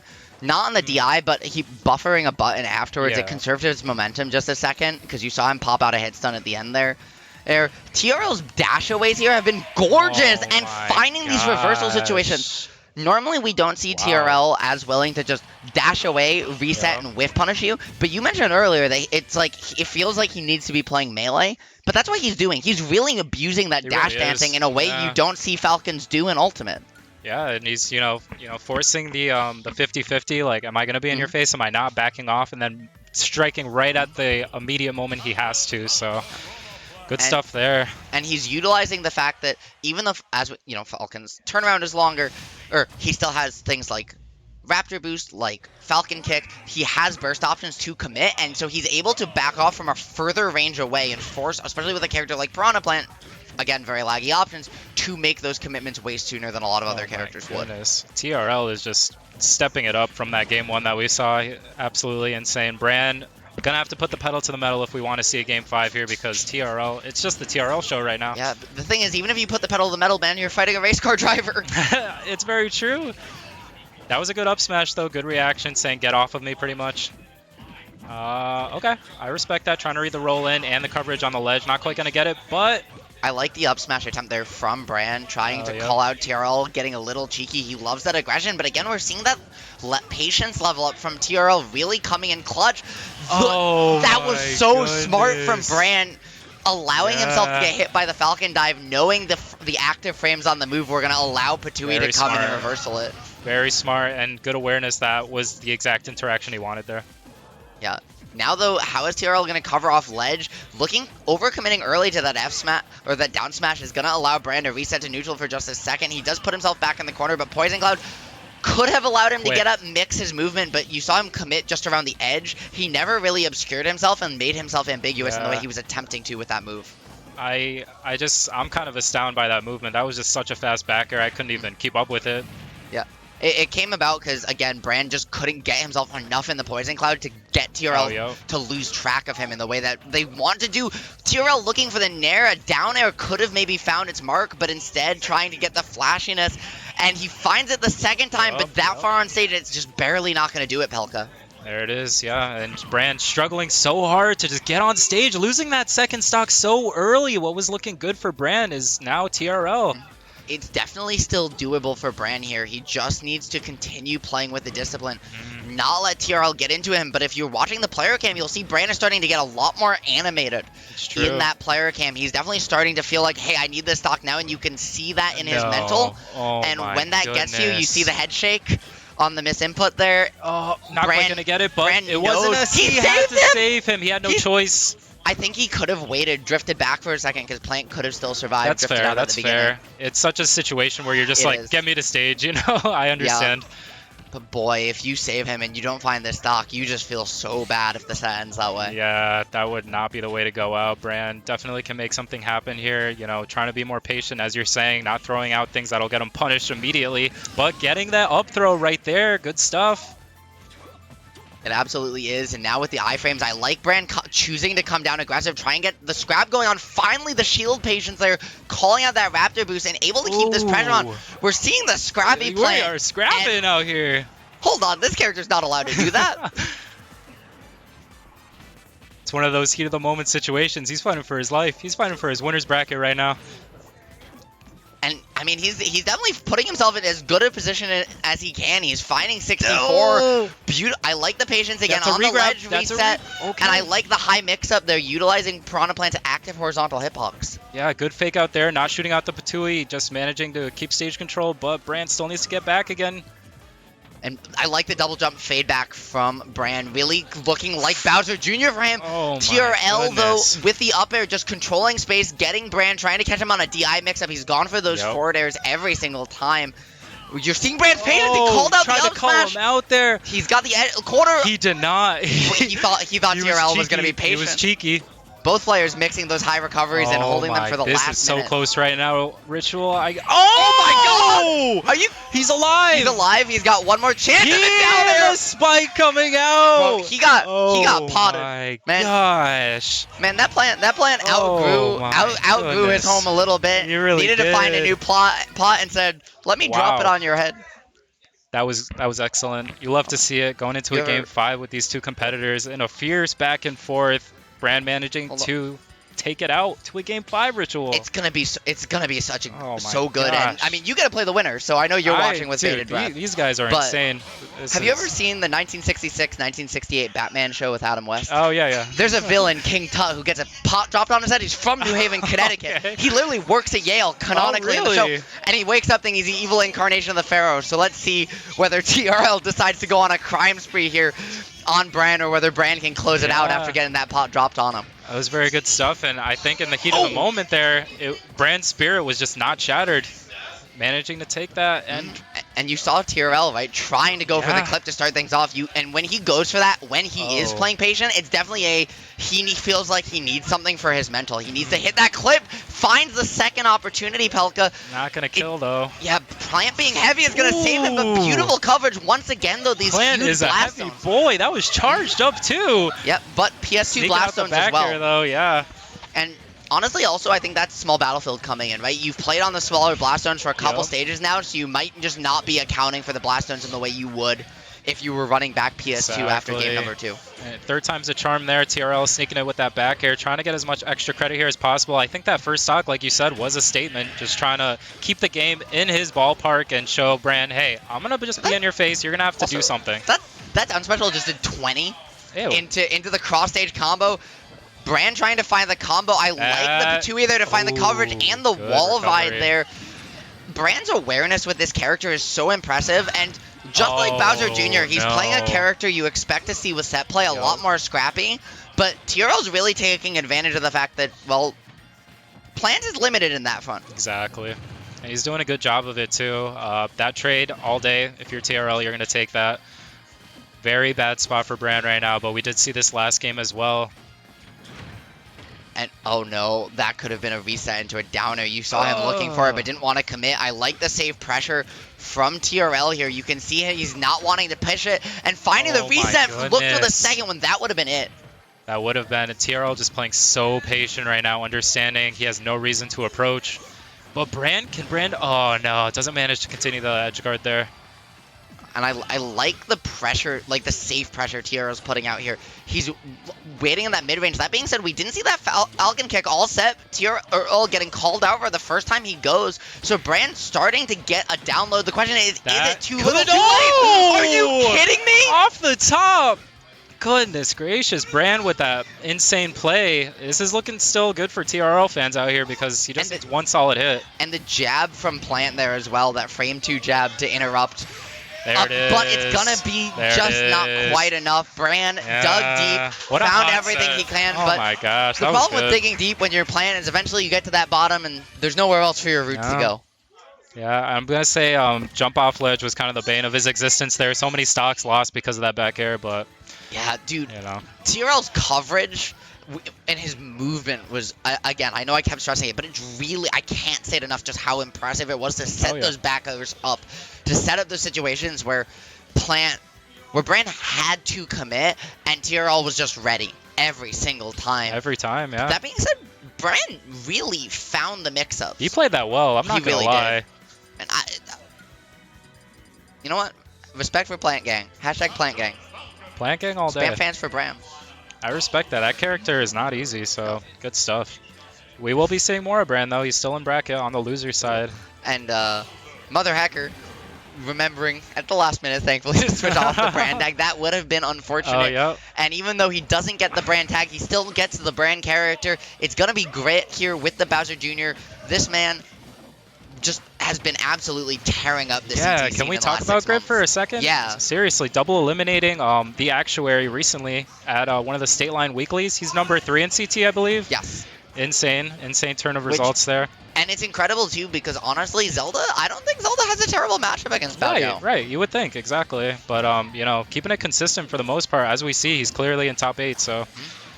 And I think the big difference, I think a lot of our viewers, right, are familiar with Grit at this point, probably still, though, more familiar with Bran. And you, like, Grit's a much slower place. He's good at scrapping, but he's less overwhelmingly, like, he's less gonna force the scrap at every scenario. Like, Bran is really good at scrapping, but I feel like Grit's ability to, Grit's much more measured in his pace of play. Exactly, yeah. Yeah, it's funny you compare them because I kind of get that too for both characters they play and the play styles they kind of enforce as well. So, yeah. MotherHecker down a stock already. I didn't even see what happened there, but Grit taking it soundly, it seems. Yes. Right now, just trying to find the drag down, looking for the fair there on the pressure, and this is one of the really interesting, I think, matchups in Ultimate because Greninja has the frame data, has the speed, but is actually just as linear as Baojiao is, and no way. It's one of those things where against all the other movement characters, right? Baojiao struggles, but against Greninja, you can just line stuff up like that because they have to commit just as much as you do. Exactly, and it works out, you know, forcing Hecker to think he has to approach constantly, you know, giving time to get that Mecha Koopa out and kind of claim the stage as his own, playing the matchup in kind of like a Snake sense, you know? Yeah. And I like his willingness to take it slow with the Mecha Koopa, not pick it up, run alongside it. You'll see a lot of people pick up Mecha Koopa there, and what you lose in the flexibility of changing the direction, what is going on there? In being able to start a combo like that, because you still have access to your aerials without Z-dropping them. The coverage was insane, but that kill screen lies, He's just covering everything right now. He can still make it. That's crazy. He's dead. That edge guard, that whole sequence. That's it. Yeah, there's nothing he could do. It was a mini game the whole time. You said like Snake, and then he did that. We can do that, but we just have Nikita. We just don't. Right. Like, yeah, we have a back air that's active half a second. We've got forward air. You know, we got some crazy moves, but no. Dominant display from Grit on this game 1. Yeah, and you have to wonder, right? Like, what's Hacker? If game 2 goes the way game 1, I guess. Actually, we're still in best of 3 territory, aren't we? That is true. We are not in top 5 yet, so. Wow. I like Hacker sticking with this for a best of 3. I think in a best of 5, you give it a second chance and then maybe look for your Sheik at that point. Oh yeah. But now, I like the stage pick as well, right? You do have a larger stage, you do have those FD blast zones which benefit Bowser Jr., but if you can find center stages Greninja, you're so good at getting those juggle extensions with that It's center true. plat that it's incredibly good for you. And it's actually insane. We're not seeing HoG really get any of these dash attack conversions to start any strings at all. It's just Grit getting those up airs into up airs, and then it only snowballs from there. I like the charge shuriken there from HoG, just forcing Grit to slow down, but what's really impressive to me is that honestly, Grit has been winning more of these scrap interactions, despite the fact that he gets out frame dated, he gets outranged by a lot of what Greninja can do. Yeah, and I mean, I believe these guys have played before. I'm not sure what the all-time set count is, but there is a level of familiarity and, you know, how roommate reads type of deal going on for sure. Absolutely, like you and Berpo earlier today. Right, exactly. And just, we saw earlier on, and that fair as well, are both hitting this the body of this clown cart, so it's gonna be much heavier than if you land those headshots. MotherHecker isn't trying to line up that spacing. They're back air hitting both, so you're getting a little bit of that compound knockback. But once again, this is the clown cart really working very, very hard on behalf of Grit, letting him live a lot longer because Hecker's not lining up the headshots. Eventually, time runs out. HoG just playing it so smart on the ledge right there. Rinse and repeat, wasn't overextending. Just throw him off stage, get him off stage again. Finally, here's the kill. I have it. And now just this Mecha Koopa at ledge. Looked like maybe he wanted the Mecha Koopa, but I think more likely he intended to miss that, and it was a mix-up to try and make HoG think that he did. And is able to find stage control, again, just fading back with these back airs, and HoG keeps jumping on into him.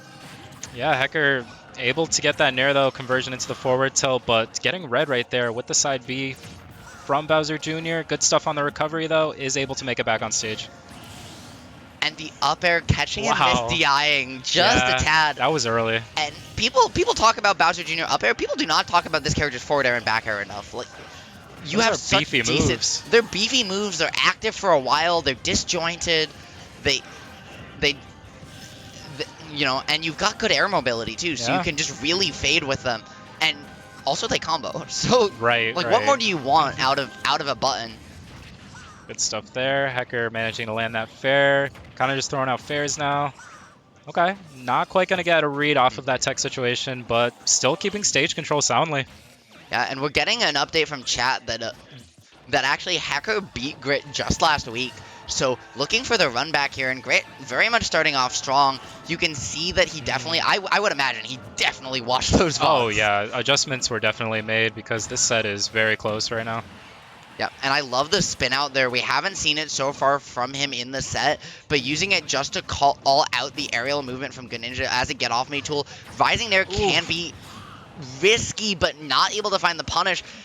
We're seeing Greninja's pour out of shield options also get him punished in this set, really forcing HoG to commit to this movement, and Grit's done such a good job at covering the jumps. These guys, the second stock, just really back and forth, slugging at each other, but Grit gonna come out on top, taking it. And it feels like while Grit has, you know, let HoG even these percents up, he's never really given up the driver's seat, no pun intended. So but true, though. Like, he's always had stage control when he wants it. He's always been able to find the first hit, the first combo. And this is really HoG's opportunity to reverse this situation. Okay, nice. Just master and jab out of that situation. I respect it. Yep, you just use your good frame data, use it as a get off me tool at low percents. That being said, he's going to catch Grit once again, keep him in the corner. I love the rising Nair, but Grit just barely missing his combo starter on the falling up air. Is continually getting put in this corner, and HoG's done a great job just opening up a little bit of a lead. Definitely something Bowser Jr. is more than capable of making back in a combo, though. Okay, I'm not sure about that up B out of shield, but manages to get unscathed from it, so good stuff to Brand. He was looking for the initial hit, and so because it would have just got him off. And then afterwards, if you back off away from it, Greninja doesn't really just want to run past the giant explosion. So yeah. I agree it was risky, but I also get the idea. I like the weak hit clown cart there into the back air, just trying to find some pressure. Or now though at 127, you have to see Grit have to slow it down once again. These fade back aerials have been immaculate all day, but can he stay disciplined when it matters most, Pelca? I guess we'll find out right now in the clown cart. That was the first, I think, Wow. overwhelmingly aggressive option he pushed all It set. actually was, wasn't it? Yeah, we saw the clown cart spin out before, but it was just a get off me tool up close in the scrap. That was the first time we saw Hecker resetting to neutral that Grit really followed him in with the Right. clown cart, and Hecker just wasn't ready for it. Yeah. I mean, how would you be? How would you be when your opponent's been playing that slow and patient? I mean, to be fair, towards the end of that match, we saw that up B out of shield, F smash at ledge. It was just Grit really throwing out options, so one of them bound to land. Yeah, and I mean, that was a fantastic, like, the top 8 sets we've had tonight.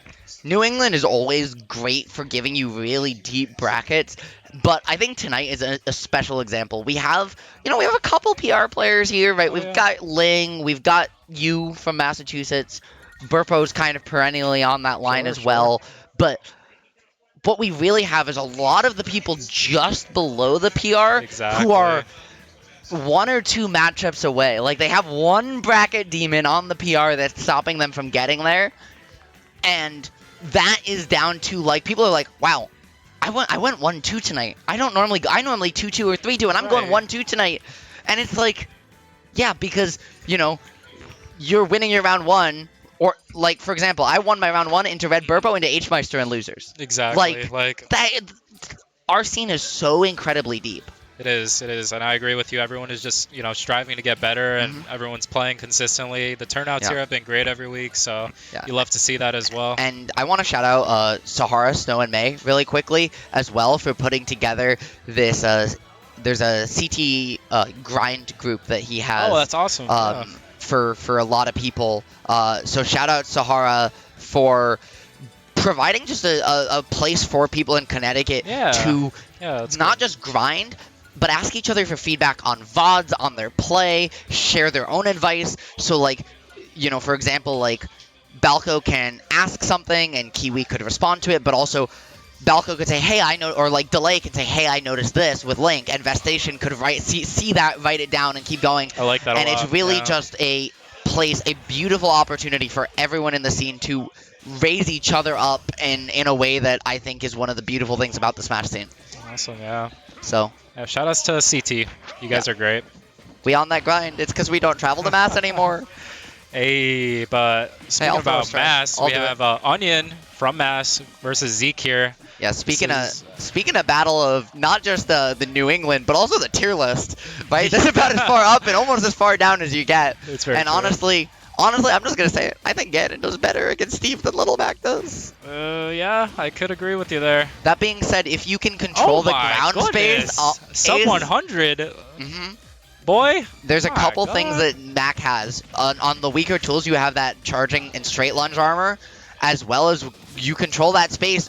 Steve has a hard time getting away with you. Armor allows you to get through minecart really well, and if you can put them in a platform tech chase, we're seeing it left, right, and center. There's another stock. And that at 22, that was the lowest possible percent. That was literally the lowest possible percent you can see. You saw the kill screen. It was just barely, he was kissing it at the top. Zeke, you can see just how much, well, Zeke knows this character, and I don't think people realize just how much Little Mac players are labbers. It's true, yeah. They have to be creative. It's the characters, so definitely Onion going down heavy right now, and I love the use of down tilt there as well to break to break crafting table, not because it does the most damage, but just because of how little end lag it has. My goodness, Zeke, chill out for a second. Bro's like, hey, it doesn't matter that I haven't played G Extreme in 3 months. And that call out was gorgeous too with the Joel Haymaker, because all it took was a neutral air from Berpo to just kill him. This is actually insane. And Onion, though. Did you see the SDI too from Zeke to almost fall out of that up smash? There it is. What the immediate punish.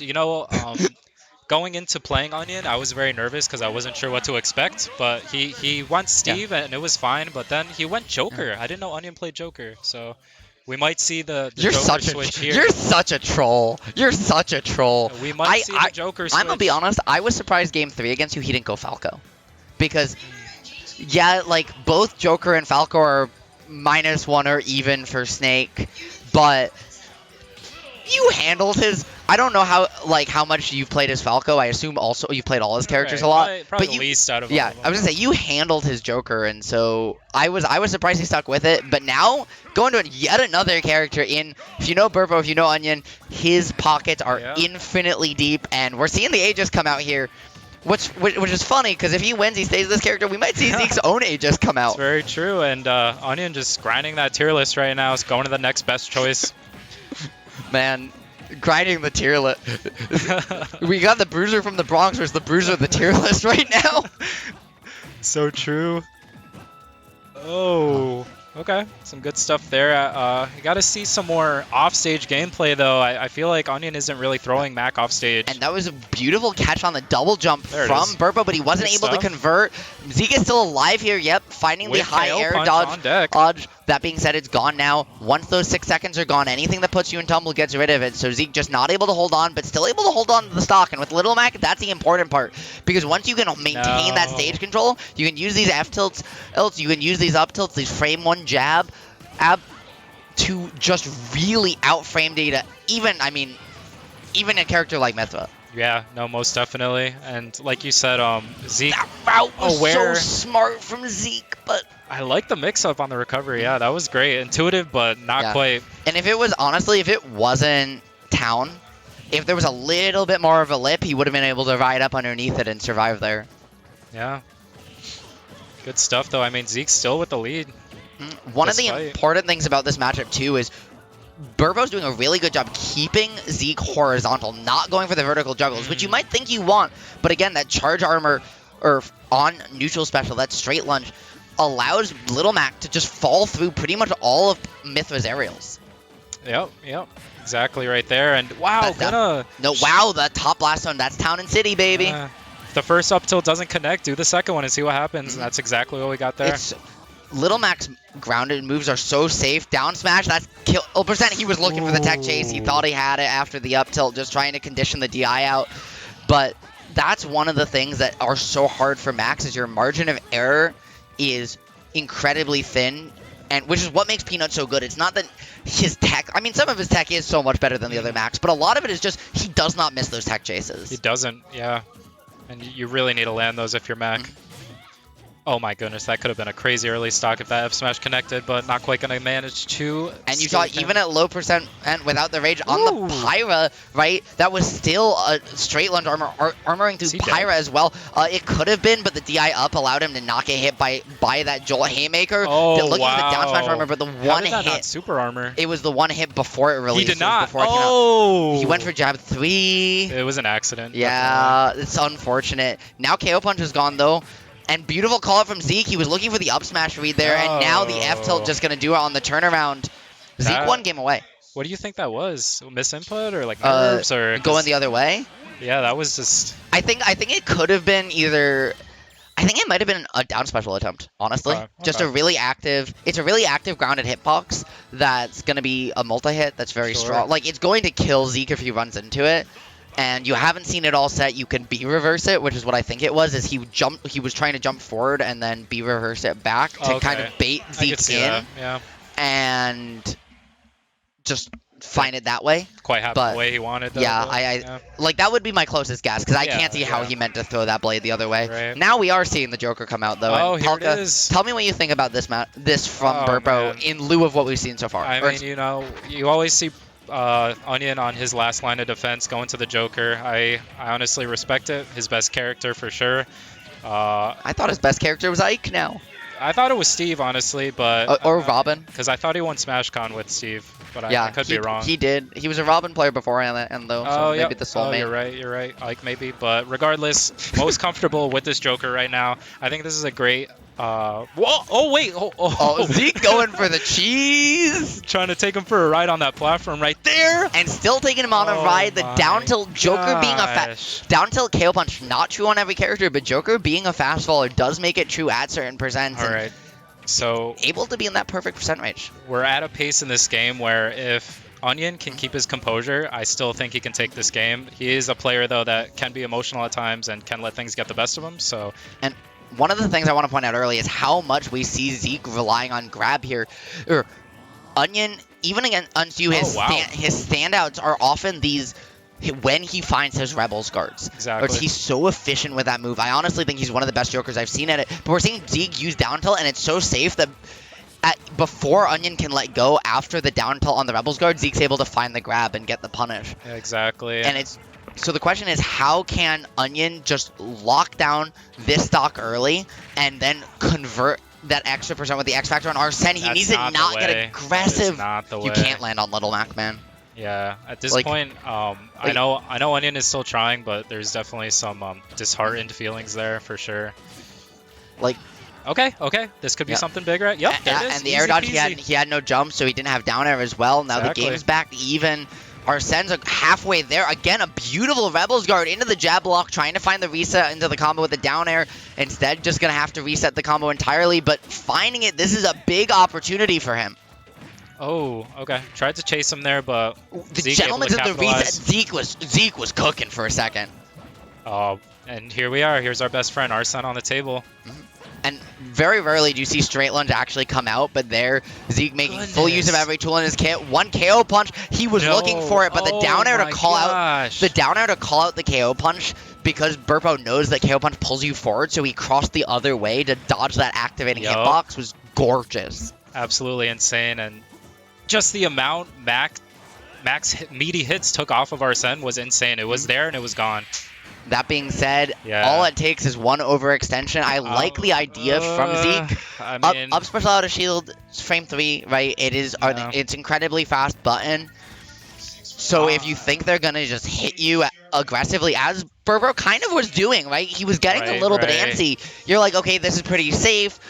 That being said, Berpo faded it back and was able to just completely Exactly. reset. Oh yeah, yeah, Gorgeous. total control there, and I'm not gonna call it early, but that's a set losing uppy right there from Zeke, because like Yeah, and momentum's kind of shifting. Onion kind of realizing, okay, I can do this. Like Yeah. we're fine. And you mentioned Onion, you mentioned Red Berpo is an emotional player. Zeke is as well, right? Like Zeke is Oh, definitely he a gets character. animated. He definitely When gets in he's there, playing yeah. hot, he is playing hot. But when he gets in his own head, it is hard. I think we're going to see one more game from Little Mac. I think if he loses the second game similarly, I think we're going to see the Aegis switch for Game Okay, 5. Okay. Would be my guess. I don't think we see a Mac in Game 5. As much as I, as an ex-Little Mac main, would like to. Right. You know, Zeke is definitely a hero of the people in many ways. Okay. Joker, also a hero, but definitely playing the villain in this story a little bit.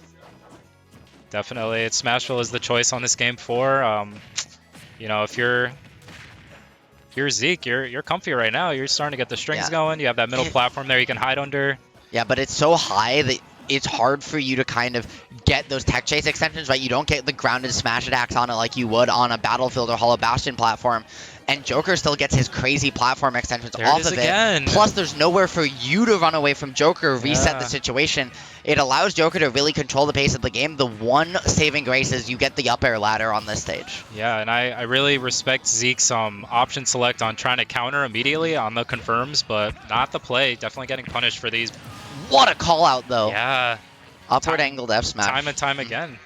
But like Zeke's ability to mix between upward angled F smash and up smash, and just the different, the same verticality, but the different horizontal placing of those hitboxes from the same spacing is gorgeous. I love that right there off the Rebels guard cooldown, opting for the down or the forward angle down smash hitbox, giving more percent. Yep. And I love the delayed attack. haymaker there from Zeke just to find a way back. He's looking for a KO punch for sure, but the grab from Berpo gonna call him out just again in that startup. Is that enough? Berpo's That is grab. enough, yep. Yeah, Berpo has been starting to punish these KO punches on reaction. He's letting Zeke commit to it and punishing it in the very beginning of the startup. It's really gorgeous stuff from him. It really is. Like, Berpo. His downloads. Oh, Zeke trying to find that down air reset, get the jab block on platform. It would have been death had it connected, but instead, Goodness. Berpo's gonna put him off stage, and Just the, this is the getting a little out options of and hand. the coverage from Arsene there. There's not much you can do Yeah. as Mac except try and run and get on And stage. I'm just gonna say, I actually think you want, like, as good as Joker is in that mid range against you, I think you want a little bit of larger stage than Smashville, just because you have nowhere to Exactly. get. He has nowhere to get away Safe from you, KO punch. but you have nowhere to get away from him. Yeah, you have KO punch, Oh, but but it's gone. Yeah. yeah, 6 seconds. It's literally any hit from Joker's gonna get rid of it. Exactly. And you know, this might come down to Arsene versus Little Mac at high percent, which is unfortunate. unfortunate, but that's Yeah. kind of just the cards he's been That dealt being with this said, game. all it takes is one read on the commitment on the back air, right? You find an F smash with super armor, and Max still does have that X factor even without KO punch. Ooh, Back throw to take sitting in stage control shield. is so smart from Zeke. You see him. Oh! and I the thought that down was an F angle. smash. And the there down- it is. Wow, Zeke clutching it out. I like the down angle death smash because I think, just like you did, I think Berpo expected the standard one as well. I think it barely may have not killed there with Berpo's DI being perfect. But what happened is because of that, Berpo was hard DIing up it, or DIing down and in, which put him in a tech chase scenario, which meant that Zeke was able to then find Unfortunate. down smash, keep it a little short because it was so close to the corner. It covered both Yeah, the roll in and the, it covered everything there. It was pretty much. A Zeke little played that. uncharacteristic. The Burple I know would have countered right there, but also very scary because if you missed that counter, it was game anyways. And the pressure was on. It's fantastic casting with you, my friend. Yeah, Good luck in always winners a pleasure, finals. Ritual. Appreciate it. Gonna pass the mic to Cafe. Absolutely, absolutely.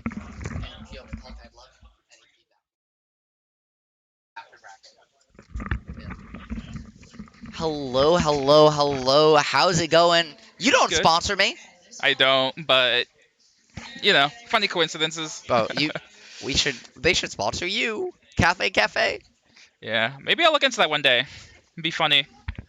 Just for the bit. Just for the bit. Like more than anything. No, I am plugged in. Okay. I was gonna say I lost you for a second, man. I was like, what happened? So But exciting top 8, right? Yeah, what a tournament. Yeah, really. TRL in hindsight. Yeah, they beat Ling. That was crazy. Did you know? Do you know who hindsight went? He went Sword Fighter. He went Sword. Wow. I was just talking to him about like he said he went mostly Fox. He went Sword Fighter for Green Guy and Ling. He's walking past us. Rich. Good stuff.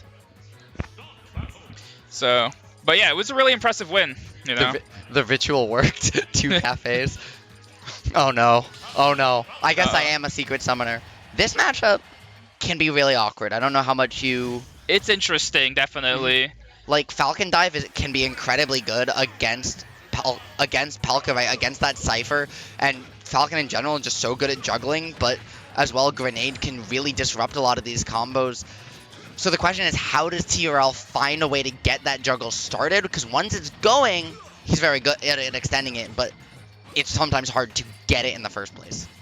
Absolutely, and I mean TRL is really good with like really slippery with the movement, despite what they say about Falcon's Jash. And yeah, like regardless though, I mean he made the first opening, and since then obviously Pelca more than caught up with it with just the strong neutral play from Snake. TRL's playing incredibly on point tonight. I have seen this man play hot before, but never like this. His patience on another level. There's the Falcon Dive, right, covering that Cypher. Nowhere for Pelca to go. Looking for the jab 1, but TRL knowing that's not true, right? If you just mash an air dodge or roll, see ya.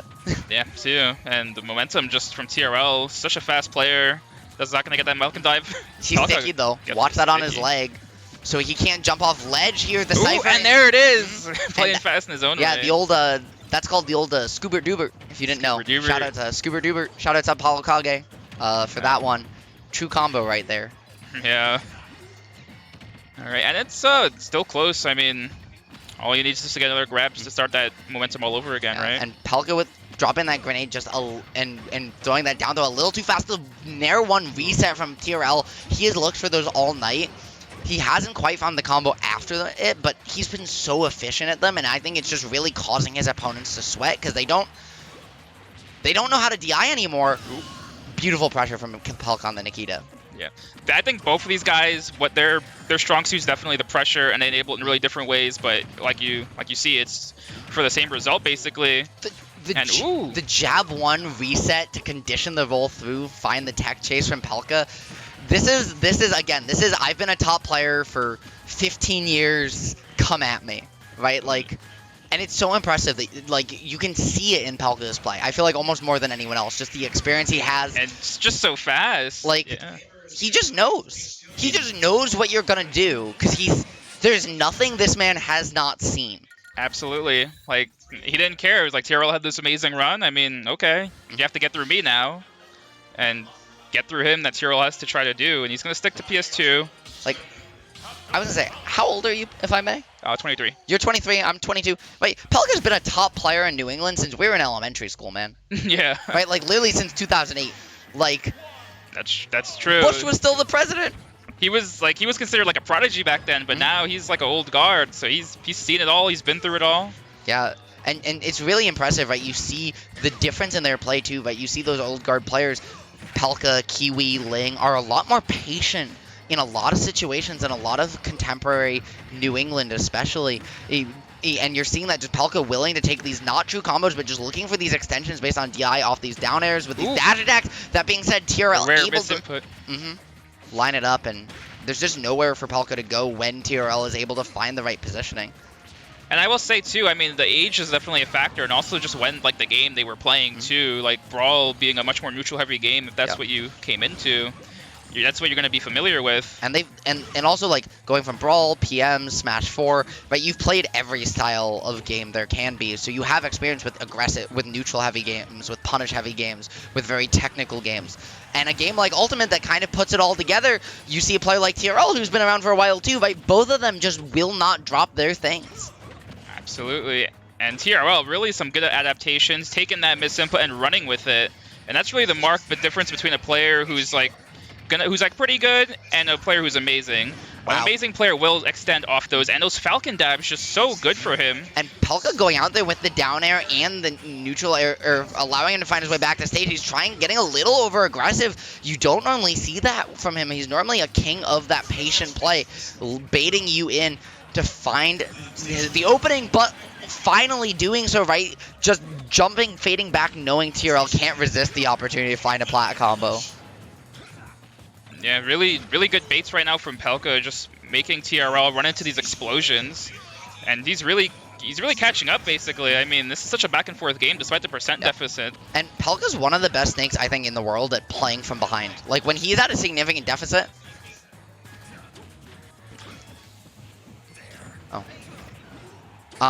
like, I think his patience and knowledge is just on point. And angling the cross up on that Nikita as well, so that it sends back towards stage. TRL just not ready for the tech. Yeah, and just definitely TRL not too happy about how that one ended. He had the momentum going for most of that game, and like you said, like Pelca's just so good at playing from behind. He really just caught up and made the difference. And normally, like in sets like this with Pelca, this is kind of the part where the moral starts to really set in, and it's like, can I do this? So TRL really has to make sure that doubt doesn't get to his head, and just, you know, persevere and try to make this reverse 3-0. And staying, once again, PS2, this is a classic. TRL seems not to be one to want to really worry about other stages. Just going to play the matchup head on. I think part of that too is that probably Pelca banned some of the smaller stages, saying either give me, you know, like, you don't want to take me to wide open space, right? He probably left FD legal. He probably banned Town. He probably banned Smashville, Falcon's 2 best stages, and then he probably said, okay, I'm probably banning like small Battlefield. Fight me somewhere large. Yeah, definitely wants a big stage, and making it hard to just get in, both in terms of the distance and just the pressure from the explosions.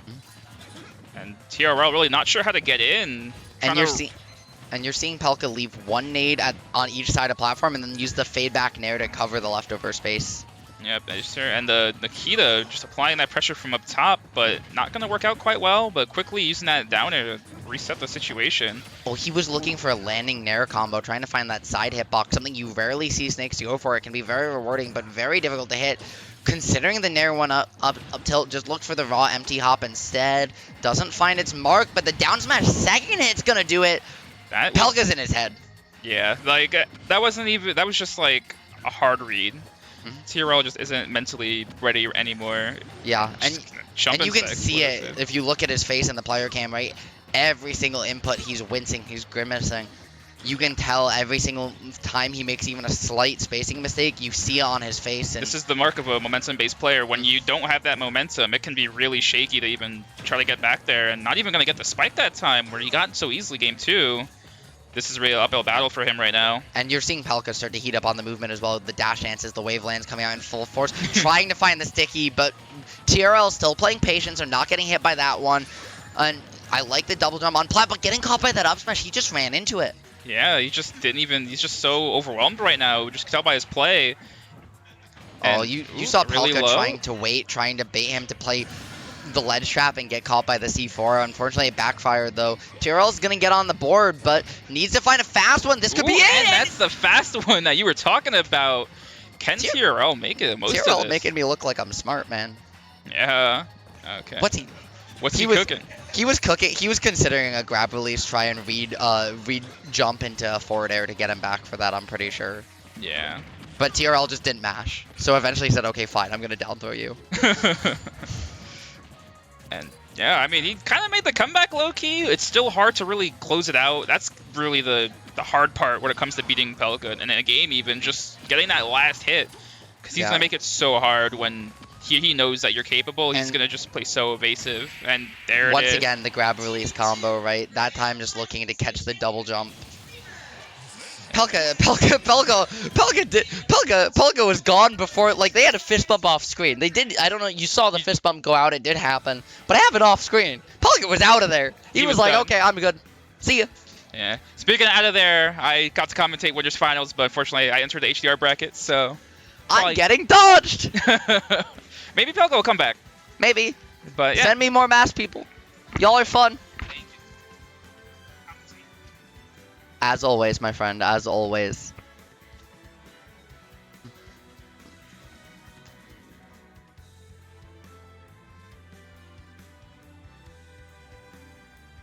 Looks like Grit and Bran are still finishing their losers quarters set, and we are waiting on the Ooh. winner to play ZekeReds. Sounds good, sounds good. So we've got the Baojiao Ditto off screen. For folks who are wondering, Grit and Bran. I can speak the English language. I am a commentator. This is my job. Are finishing up their set off stream. Loser gonna play ZekeReds for a chance to make it back to Oh, losers yeah. finals. So Yeah. that's TRL still in though, loser side, right? Dude, So, game one, he was cooking. He was pushing you to your limit, and then game two, you just saw the mental. I don't know how much. I mean, you're focused on the game, but Right. watching the player cam, his face, game two, just suddenly he would dash a step too far and he would grimace, and you could just see it on his face that his mental. I just, mean, that's the thing about playing Snake. You just have to be extremely patient, and if you're not able to do that, you're just gonna get hit by things, and you're gonna start Yeah. getting like, very visually frustrated, you know. Yeah. So dude, I think he got tilted by the Nikita at the end of the game because you crossed him up with it, so it stage spiked him, and Oh, he just yeah. wasn't ready. I Yeah. love that move. I mean, that's just the matchup. but, Yeah. Yeah. Nobody's ready for that ever, though. Like, even when you know the matchup, because it's like, you can't really react to what side it's going to hit you on with how close you can change it at that point. Right. Right. I love Nikita. He did good though. That was good. That was a good Mhm. set. Not gonna lie, he's And- playing really well today. So Yeah. I wouldn't be surprised to see him back in Grands. No, I wouldn't either, and I think just if he does, he needs to take the breath and reset with his mental, because TRL is definitely a player that, again, he's playing hot, he's playing really hot, but once that mental goes a little, it turns into an Right. avalanche It's on him. not even like a lack of him as a player. It's a lack of him against Snake. Yeah. It's a big matchup check. And- One of the biggest matchup checks in the game. We both know that. So Yeah. That being said, Ben, I was like, Calvin and I were talking here, and he's like, and we're like, what can he do? And I'm like, man, he needs to find a fast one. He immediately with that forward tilt down air, and we're just like, there it is. Oh yeah, It's yeah, Captain Falcon. yeah. Yeah, he has those on most of his like landing nair ones. I would try and just DI out, and I would Mhm. kind of knock a hit. So it's when he gets it, he really gets it. His TRL today, one thing we talked about in that set too, is he's been so good today, especially at finding his nair one resets. though. Right, right? right. That even when he hasn't found the combo afterwards, it starts to make you gasp. Do I DI up and get put into a huge up air combo? Oh, yeah. Or do I down and get nair one reset into True. another situation? And TRL has just been abusing the fact that, honestly, like, his nair one resets haven't been converting most of the time today. Yeah. Hey, like, he's converted the reset but not converted the combo after. Right. But it's causing people to respect respect them to the point that everything else is working better when he Exactly. doesn't. And it's so Yeah, smart. that was one thing I was going to comment. I would love to see him be more patient in those situations and then just not do anything and then bait the air dodge and then react. Yeah, Instead of just like throwing out an up smash in a certain spot or something Yeah, like that. there was definitely a lot of times, especially in game 2, where you were able to call him out just for getting that preemptive option. Speaking of, we do have our losers semi Here it set is. coming Zeke up. and Bran. Yeah, Bran beating Grit in the Koopa This Kid is, Ditto. This is loser semis, right? Yes. Yeah, wow. The- We're the already Coop- that far. Yeah, and Koopa Kid Ditto, honestly, Grit has been on a tear recently, but Brand showing you the veteran experience really can make all the difference sometimes. Oh yeah, most definitely. And dang, this is just another one of those matchups you don't see too often, but And it'll be an interesting one to say the least. And one of the big stories here again is that Clown Cart, or Little Mac does really struggle sometimes to hit the Koopa Kids in their head, Oh my meaning they're a goodness. lot heavier against this character. It can enable some extra. Oh my goodness. I was about to say it can enable much wider Zeke. windows on the down angled F smash tech chase because they're a lot heavier. But Yeah. What an yeah, answer, but you he know, did- kind of getting juggled and then just such a huge response with that KO punch, such a clutch factor. yeah, Little Mac, like people talk about like characters that don't play the game. People do not talk about Little Mac because he just gets beat into the ground for like a minute and then hits you 3 times and you explode. Yeah, it's shades of Joker on a lower scale, but He's like Joker plus Fox if they didn't have legs. yo, exactly. Like if they could not recover.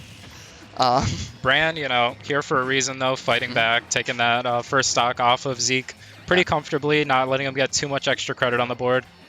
And both of these players have at least in the recent years very much played a similar role in Connecticut's broader meta as well, kind of as that lower PR, but also like gatekeeper of PR. Like if you don't beat these players consistently, you were not ever making PR, whether they're PR or not. Exactly. Like they are always in contention. They're some of the best players in the state, and so seeing them fight here in loser semis is incredibly exciting because honestly, the last year, both of their players leveled up. But Zeke again, just knowing the call The out super and armor on both that of them, move. both of them just cackling about it, man. I mean, I would too.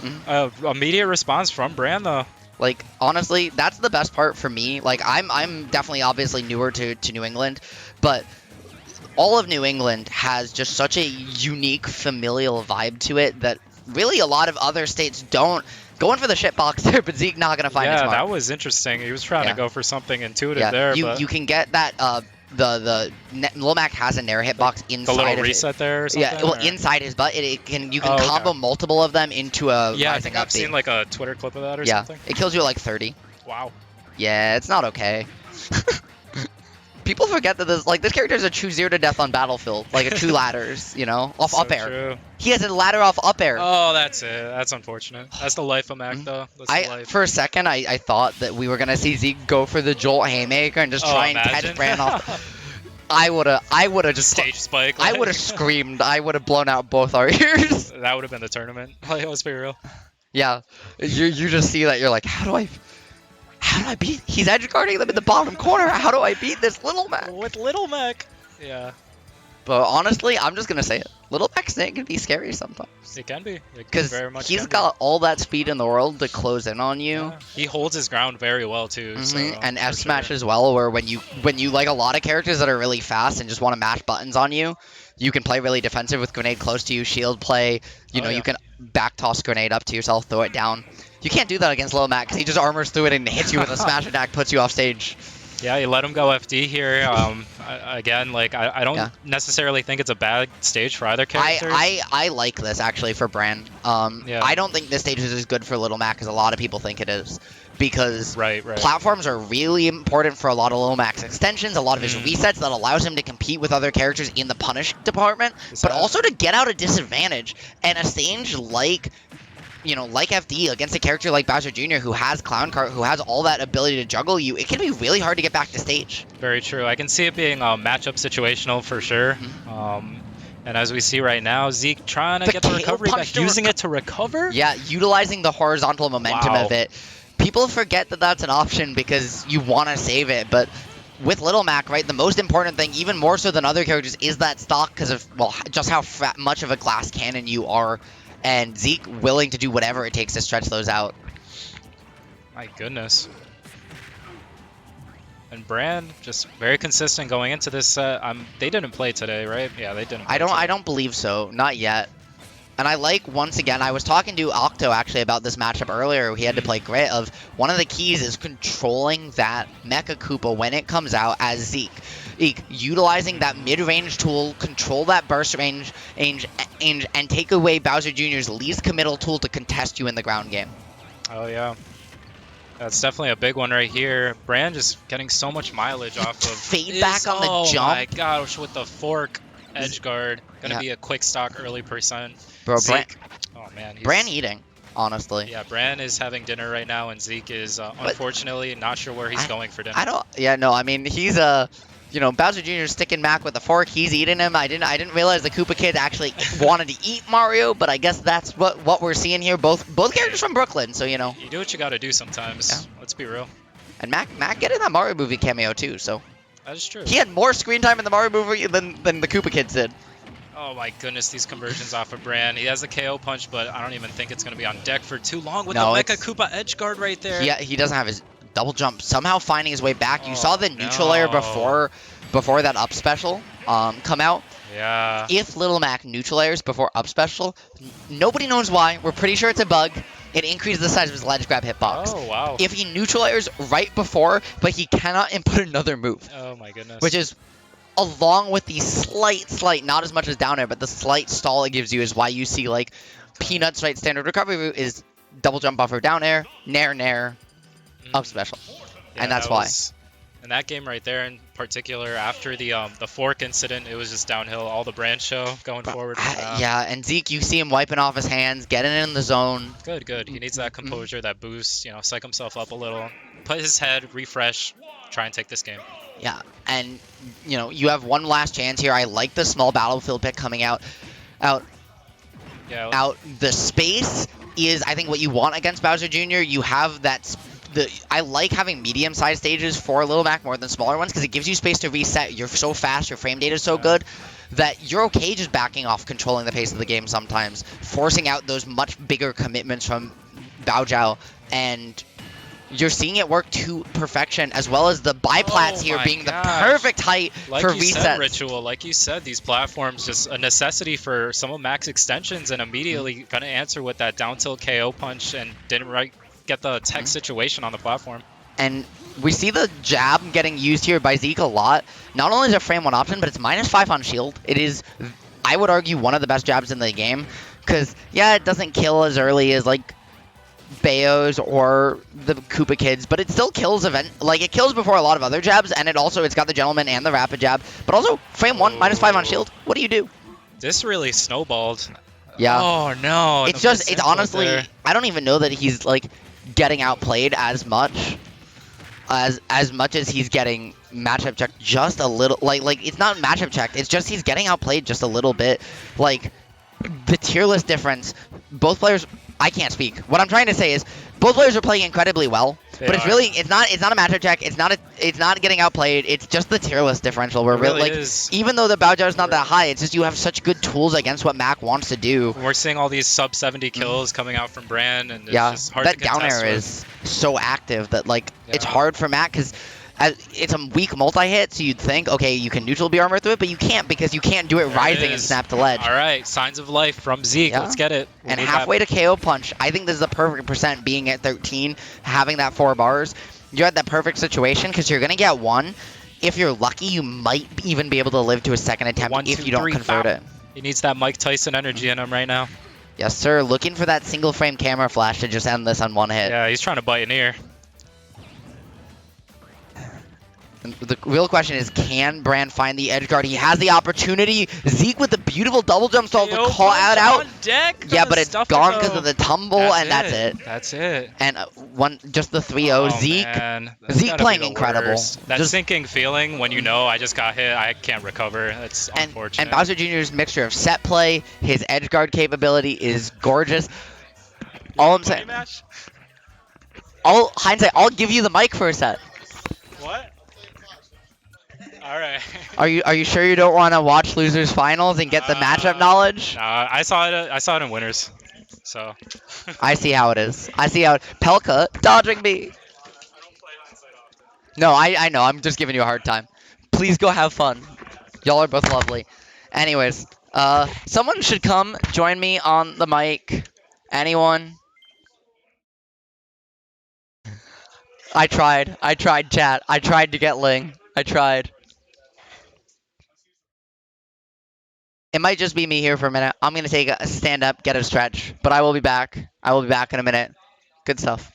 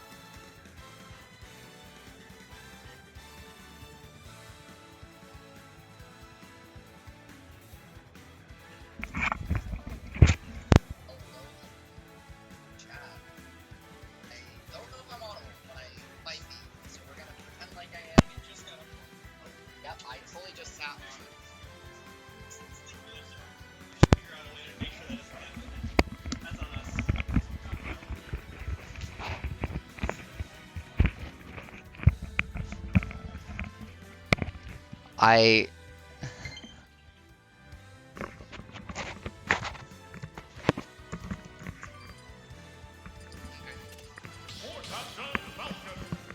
Well, hello to one of the Let's do all-time this. greats of New England Smash. How's it going, Yeah. Ling?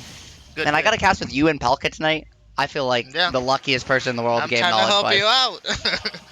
Let's do this. I appreciate it, man. Especially TRL is playing on another No, level tonight. Yeah, I lost to him in winners actually. He was playing so so patient. I was trying to go in. Yeah. I got punished by everything. And he's normally known for that aggression and like playing really high not speed, today, not but he's today. managing to keep that high pace of play, but mix in a lot more patience, Yep. a lot more movement feints, as well as these Nair 1 reset into Nair 1 again, Yeah, which causes you to respect on the down DI, and then if you DI up air trains. Yeah, with that punish game that he has, there's no really reason to force anything. You just wait for your opening, get a kill, get a lot of percent, and after that you're the faster character, so you can kind of control the pace of the match. And unfortunate just missed spacing from TRL. I get it. You want to just make another statement, right? He feels himself, and I think after the winner's loss against Pelca, where you saw him definitely get a little bit tilted, I think he wanted to kind of get that statement lead, right? Feel his own momentum in a dominant game. One had the opportunity there with the F tilt, but doesn't find its mark, Ling. Oh my god. I feel Bran is uncomfortable. He feels really uncomfortable in this matchup. Oh wow. But I mean, I honestly like having played like a few different Captain Falcons too. I think for me at least the hardest one to play has been TRL because he's so good. Like on top of Falcon being high octane and can make you uncomfortable, TRL is so good at abusing that and making you uncomfortable with his own pace of play, finding down air into knee resets just like that, and That's Brand's playing catch up. There you go. This is the punish get that I was talking about. As well, we're seeing that also, you know, Bowser Jr. not a great character in Smash 4, but you're seeing the Smash 4 experience from TRL. He's recognizing when to line up the body versus the head to get actually some extra extensions here as well. Like, he's really matching the mixture of percent windows perfectly, finds the down air, and wow. Yeah. That was crazy. I think Brand has to play, like, he just need to camp. Yeah, we might just see the needs to Piranha camp. Plant at this rate. Make TRL attack first. He's probably gonna go Piranha Plant, yeah, because Piranha Plant gives him better recovery tools. As well as trades, Falcon Dive as well. If you Falcon Dive when they're Patooieing, the Patooie will fall on him, and yep, there we see it. Yeah. And as well as like if he's just trying to play like hard commit more to the defensive rather than that whiff like trap based whiff punish game. Yeah. Aim Plant is a lot better at hard defensive setups than Pao Zhao is. Alright, let's see. Hopefully he doesn't give TRL more more momentum, or he's gonna be in a lot of trouble because TRL is just playing on another level today. Yeah, and I mean, the plan did pretty well in winners, at least for a little bit. TRL ended up making some adjustments, but Bran was able to catch him and take a game. So the question is, can he just keep this pressure on? We saw a lot of just very unorthodox scrapping from Bran's plant as well, which is something that he's continuing here again to just great effect so far. Yeah, Bran has a good idea what he needs to do.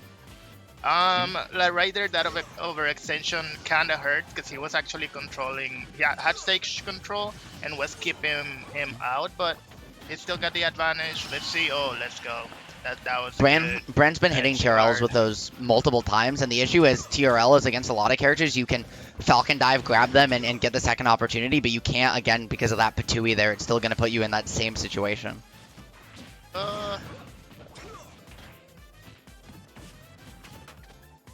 Now Bran trying to find his way out of the corner here, utilizing the empty hop to land on their platform, try and catch TRL on that little bit of a sticky plat, finds a tech chase, and managing to rack on some extra credit.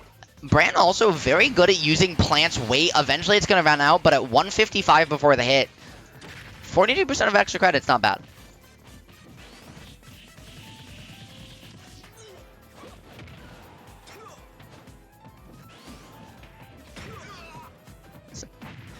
What, out of curiosity, Ling, what do you think of Brand's kind of willingness to scrap and really rely on this down tilt, the whiff back, and these very unorthodox Yeah. edge guard situations with this character? So first, the weight, you know, Plant being a fast folder is helping him out a lot in this disadvantage state because I feel TRL has to act faster and he's making more mistakes. And also, I don't know, this blend is working. I don't know what to say. It's just like making everything work right now. Like, what's impressive, like, this is a character, other than that frame 2 jab, which we are seeing Bran make some good use of, right? This character doesn't have good frame data. So seeing him just willing to scrap, find some success has been beautiful, but TRL, Falcon Dive. It's only so many places you can run. Yep. You see right there, that down throw into Nair would have been a easy combo for Junior, but Plant being a fast folder, it just doesn't work like that. Yeah, and just Bran's willingness to mix his DI here, to play right around the edge of the platform, to keep his landings, just maximize his landing options with how close between ledge, platform, and the stage is just absolutely gorgeous.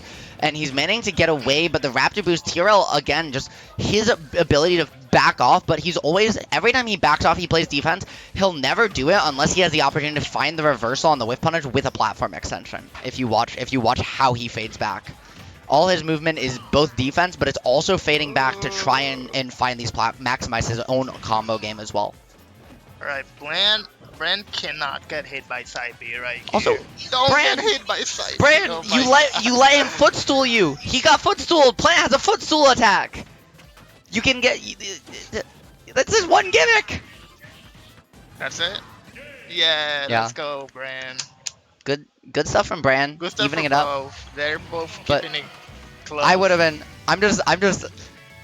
Piranha Plant. You know, if you press attack when you get footstooled, it bites them.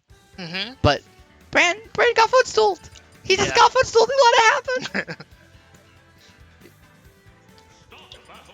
happen. It's amazing to me that more people enjoy Piranha Plant in Smash than Banjo. Piranha Plant is a bad character, but if you don't know the matchup, it's a scary character to fight against. He's really good at controlling the ledge, and as well as one of the things that we've seen Bran do a little bit of tonight. You don't see plans too often. Lucky does it a decent amount, and Brood does it. Is use Poison Cloud to obscure their own movement, and just literally hide inside of it to hide the animation of what their next option is. TRL just absolutely cooking on this platform, though. Really, once again, he's lost to Bran's plant both sets and come out swinging the next stock, trying to put him on Twitter. It's his confidence is just infinite. It's amazing. Yep. Nice. That was a really good grab. That's how you beat Falcon. You kind of want to not get hit by those combo starters because it's just too much free damage for them. Oh. That being said, there's just nowhere to go because yeah, he was in a bad angle right there. Plant's head is so big. Even if you try and drift back and down air and use the extension to reach out, right, you can still get spiked off of that down air extension as well. TRL finding the combo, but Bran mixing the DI beautifully to find the DI out, or the DI in. TRL read the DI out and got the sour spot.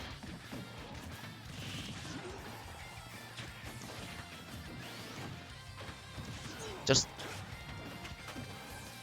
that's the one thing that we've seen Brandon have very mixed success with is those slide off down specials. It's like there's just not a ton of places that he's been able to. He's found one a set basically. Yeah, I feel those are more like overextensions, so I would agree. I don't approve with those kind of plays. But Plant has like good options. At least when they overextend, they still got options. Yeah, and the armor on it as well when it's coming out certainly doesn't hurt. Bran finding the stock, cleaning it up after the buffered air dodge unfortunately caused just an unforced error from him. He's now one more chance to find his way back. I like the ride up the ledge there to avoid the down air. He just tried to find the double jab one reset. And I think those were like misinputs, and I feel like TRL was just smashing jump. Yeah. Once again, TRL just trying to find the classic Falcon up air strings. Going all the way out there, that could have been that was dangerous. Bran looking for something big. Yeah.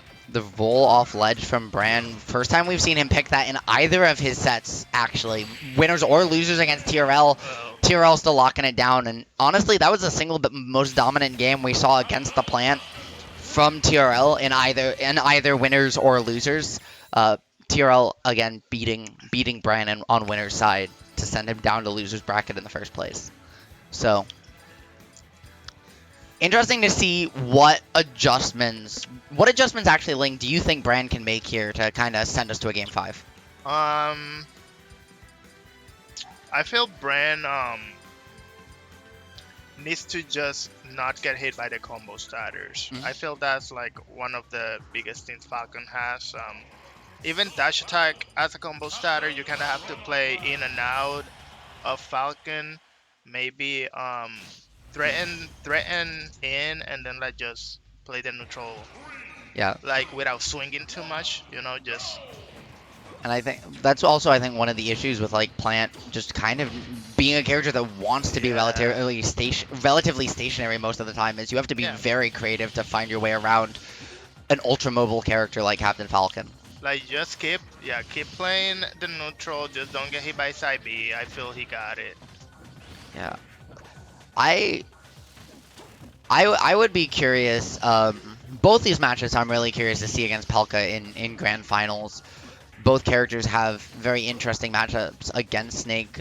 TRL we obviously saw in losers kind of started You very don't get strong, hit but by just these side Bs like let them that. Yeah, and that's what I was saying. You don't give Falcon side Bs yeah. because it's just free damage, a free kill. I learned my lesson because I did fail for all of this in winners. And but that's a huge problem with Yeah. Plant, though, is that, again, most of your moves have a lot of end lag on them, a lot of startup as well, so TRL's able to find those Raptor boosts on reaction and keep it going. Bran still not able to find it, but able to trade with the Falcon dive, and I like the matchup knowledge there from him. oh yeah. I don't know what we're going to see here for him to find his way back into the set, but if Bran's going to do it, he needs a miracle. Bran can still do it. I feel he's playing in disadvantage too much. He's overextending too much, and he's not watching out for like the combo starters. His DI is also getting a little bit more predictable. He's starting to get hit by things he hasn't gotten hit by all set, which you're seeing TRL start to look for the reverse up airs. We haven't seen those from him yet. The trade, Oh, wow. Bran expecting the second attempt at the Falcon dive to try and find a spike. TRL, again, we normally might see it from him, but today the patience is supreme. This man wants the local win. Oh wow. At 11th this point, TRL is just like so confident right now that he can just like do all the like matching that he wants just to remain unpredictable. Yeah. And I feel it's getting to Bran. You see, like Bran is taking a lot of desperate attacks because TRL kind of can just go in and mash on you. And Yeah, there's just it's nowhere really else to hard go. to slow him down. It's really hard to slow him down. It was, I like the attempts from Bran were really good, and there was a lot of good theory there. We saw him again. A lot of it. One of the big things actually for TRL this set compared to the winner set was he was finally finding these stocks at quote unquote normal percents. Bran has done a fantastic job and does a fantastic job with Bowser Jr. making use of that cart, making him heavier, as well as with Plant. He was regularly living to 150, 160, 170%, where just really making use of Plant status as, well, the 11th heaviest character in the game, the last character outside of that super heavy range, and, you know... Wait, Bowser Jr. or Plant? Plant is the 11th heaviest. He's one spot behind Kazuya. Bowser Jr. is heavy when he gets hit by the cart, and then he's not heavy otherwise. He's, I think, 33% heavier. Okay. Have a good one. And yeah, I found Alright, you took Pelca, so I found a Ling. I saw this winners match, and what TRL is trying to do, like in winners, he was trying to just like he's kind of like that's what he gotta do. He gotta go in. He can let just Pelca plug grenades. And as silly as it sounds, I want to see him lean more into the Falcon dives. I want to see him lean him more into the command grabs, because not only is grab really good against Snake normally, but command grabs, you know, that Raptor dive or Falcon dive so good against Snake as well that you just generate an immense amount of pressure to deal with these grenades, find your way in, and TRL playing a lot more patient than game 1 as well. He's not trying to force the openings nearly as much. I feel he actually kind of needs to force the openings. Well, The thing is, like, if he just stays away from Pelca, Pelca's gonna feel comfortable plugging grenades. He's gonna set up. He's gonna put the C4 where he wants it. And yeah, this is why you need to push Pelca. Pelca is not a person that's gonna give you mistakes. And I guess I should clarify. He's not playing defensive, but he is like. No, he's playing the mid range. Yeah, he's playing patient. He's playing patient. Yeah. He's not overextending to force the openings in the way he was in winners. As well as I think the question is though, he had a similar lead that Pelca was able to Pelca was able to really bring that one back in game 1, and TRL kind of just let the mental get to him in game number 2. His face, he got very animated. He's calmed down a lot now, but I worry, if Pelca starts to bring this one back in game 1 here as well, how is TRL going to be able to hold on? I don't know. I think TRL has to be a little bit aggressive in. Yeah, he gotta keep the momentum. The moment that he feels like, oh, I have the lead, let me. Like, Pelca's not gonna approach you like no matter what. So if he tries to camp Pelca right now, he's just gonna get like. Pelca's gonna keep adding percent little by little. It's not gonna be helping him out. And Pelca looking for F tilt 1 into grab into F tilt 1 into up tilt. TRL not giving him either there. That being said, snake up tilt, smaller than Brawl, still the size of a house and nowhere to go. No, the grenade, you gotta watch out for that. It's so hard to keep track of, and honestly, I'm gonna, even though they're different shades of green, I think PS2 is one of the hardest stages to keep track of grenade on. Beautiful jab block though. Like TRL done a much better job not just creating opportunities, but capitalizing on the very few opportunities that Pelca did give him. Because as you said, Pelca doesn't give you mistakes, but every player, no matter how good they are, will give you a couple, right? Everyone's going to miss input. Everyone's going to miss space at least once or twice a match. And TRL really capitalized on every single one in that game 1. Let's see what can he do. Yeah, and this guy's definitely going to play more. Yeah. Just keep going. Yeah. And I like the pressure. I like the mix-ups between whether he's going to take Pelca horizontal or vertical, causing Pelca to kind of guess about these down airs. Because if he's looking for a vertical combo, Pelca thinks he's going horizontal, the down air is going to come out, and it's just going to make his hitbox easier to hit because he's going to stretch it on out. Yeah, so TRL doesn't, he's not doing good when he just stays away. He needs to play the mid-range against Pelca. Pelca is not going to give him a free whiff punish like that. Pelca, both sets now, has started to catch on to TRL's dash dancing at that mid-range a little bit more, though, which is what I think is causing TRL to try and mix the range up. And then TRL's over-committing to it, which is where Pelca's found these openings. That being said, up throw on plat, not going to do it. Neither is up air, and I didn't even know he was sticky. That was a crazy stick from Pelca.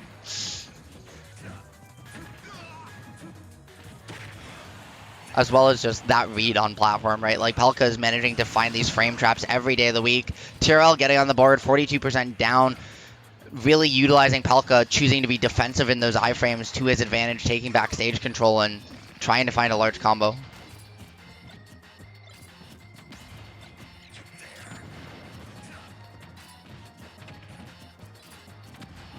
The big thing TRL has gotten everybody with tonight is the initial dash into the immediate short hop, full momentum back, fast fall drift in, where he's doing these short or hop aerials and then rush in afterwards, and he's caught everybody he's played tonight on stream with that.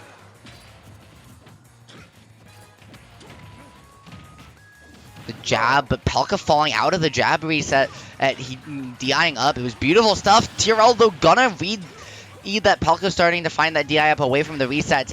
Again, those Nair 1 resets, allowing TRL to find that combo and find the knee there. Yeah. Like, TRL forcing you to respect all his DI with these Nair 1 resets, which he's really cleaned up since last time I've seen him play, has opened his punish game, which has already been his biggest strength, I think, up to a whole new height. Ling. Yeah, so TRL is playing really good right now.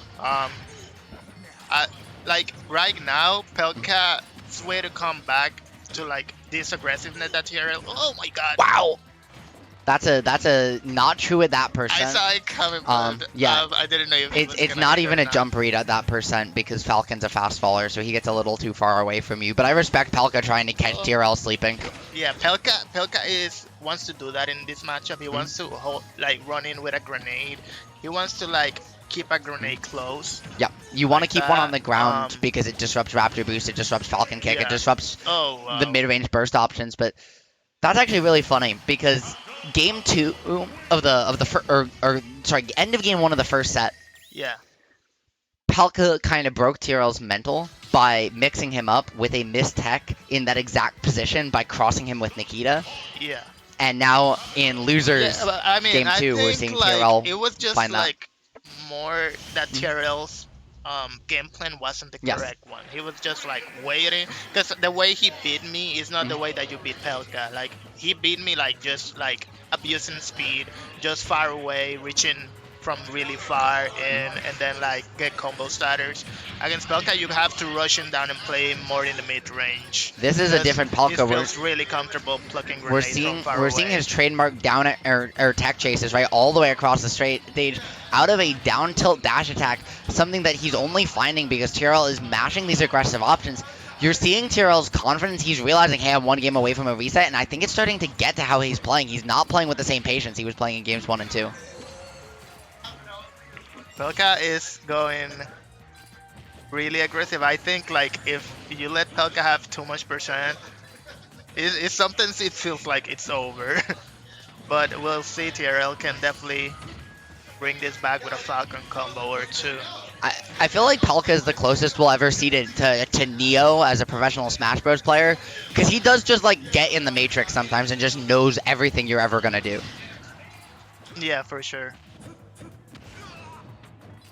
I like the pressure there with that F tilt, keeping you locked in shield, knowing Grenade's gonna shield poke and is one away. Raptor dive though coming now out. He just needs Pelca. Hopefully he doesn't get side bead. Yeah. Because that probably gonna take so much percent. But oh my god, no. Which is we're seeing him leave these grenades on the ground, but we're seeing TRL capitalize on that 21 frames of end lag in that grenade pull. To really find his way in. He's playing in just the perfect burst range. Do that. But that's at that point it's too hard. You will roll, you will want to roll, but then Pelca's probably gonna cover roll. Yeah. And Pelca also this game completely changed his playstyle, looking for his CQC options in the air off of neutral air and just trying to play the ground in game, run away, pressure you with grenades, reset the situation. Oh, wow. TRL starting to figure it out though. Pelca DI'd that correctly. Snake being a big boy, and also the amount of trades you get off your own grenades, I think most Snake players, just very rarely miss DI things just because they get sent at all these awkward angles a lot more than a lot of other characters. TRL went for that down throw into the reversal combo, just barely missing it. Just like that, evens the stock count up though with that Raptor boost mid-stage and Ling. TRL started to just figure out this complete change in Pelca's playstyle. We might see a reset this game yet. If you can see, Pelca right now is playing more aggressive because he knows that TRL wants to go in and just combo him. So he's trying to keep momentum. And that was so smart from TRL. I like that Raptor boot. That was so good, yeah. I like that from both players. The Falcon dive there, or the Raptor boost into the grenade, but then the immediate DI out, knowing that you're not gonna get comboed into the back air as a result, and it's gonna give you the extra space to just reset the situation, mix your recovery, where Snake otherwise might just disrupt the ledge trap a little bit. Was gorgeous, but he just didn't expect Pelca to commit. He just didn't expect, and back air being active for a third of a second, 19 frames is just where do you go as Falcon? Yeah, I'm really impressed about how TRL is handling disadvantage. He's getting hit a little bit too much by grenades like that, but he's not getting too discouraged. Hopefully, I think that's that could be if he loses, it's because he gets discouraged about the explosions.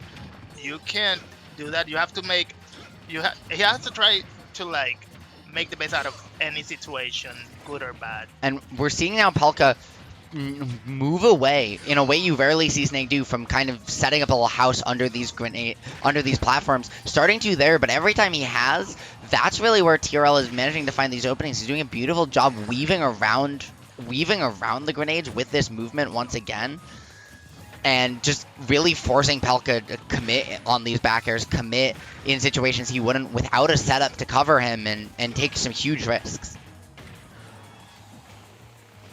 He has to keep going. Don't get discouraged. Yeah. Beautiful dash attack there from Pelca there to catch the landing, realizing TRL hasn't looked for a double jump in that situation once in either set they've played.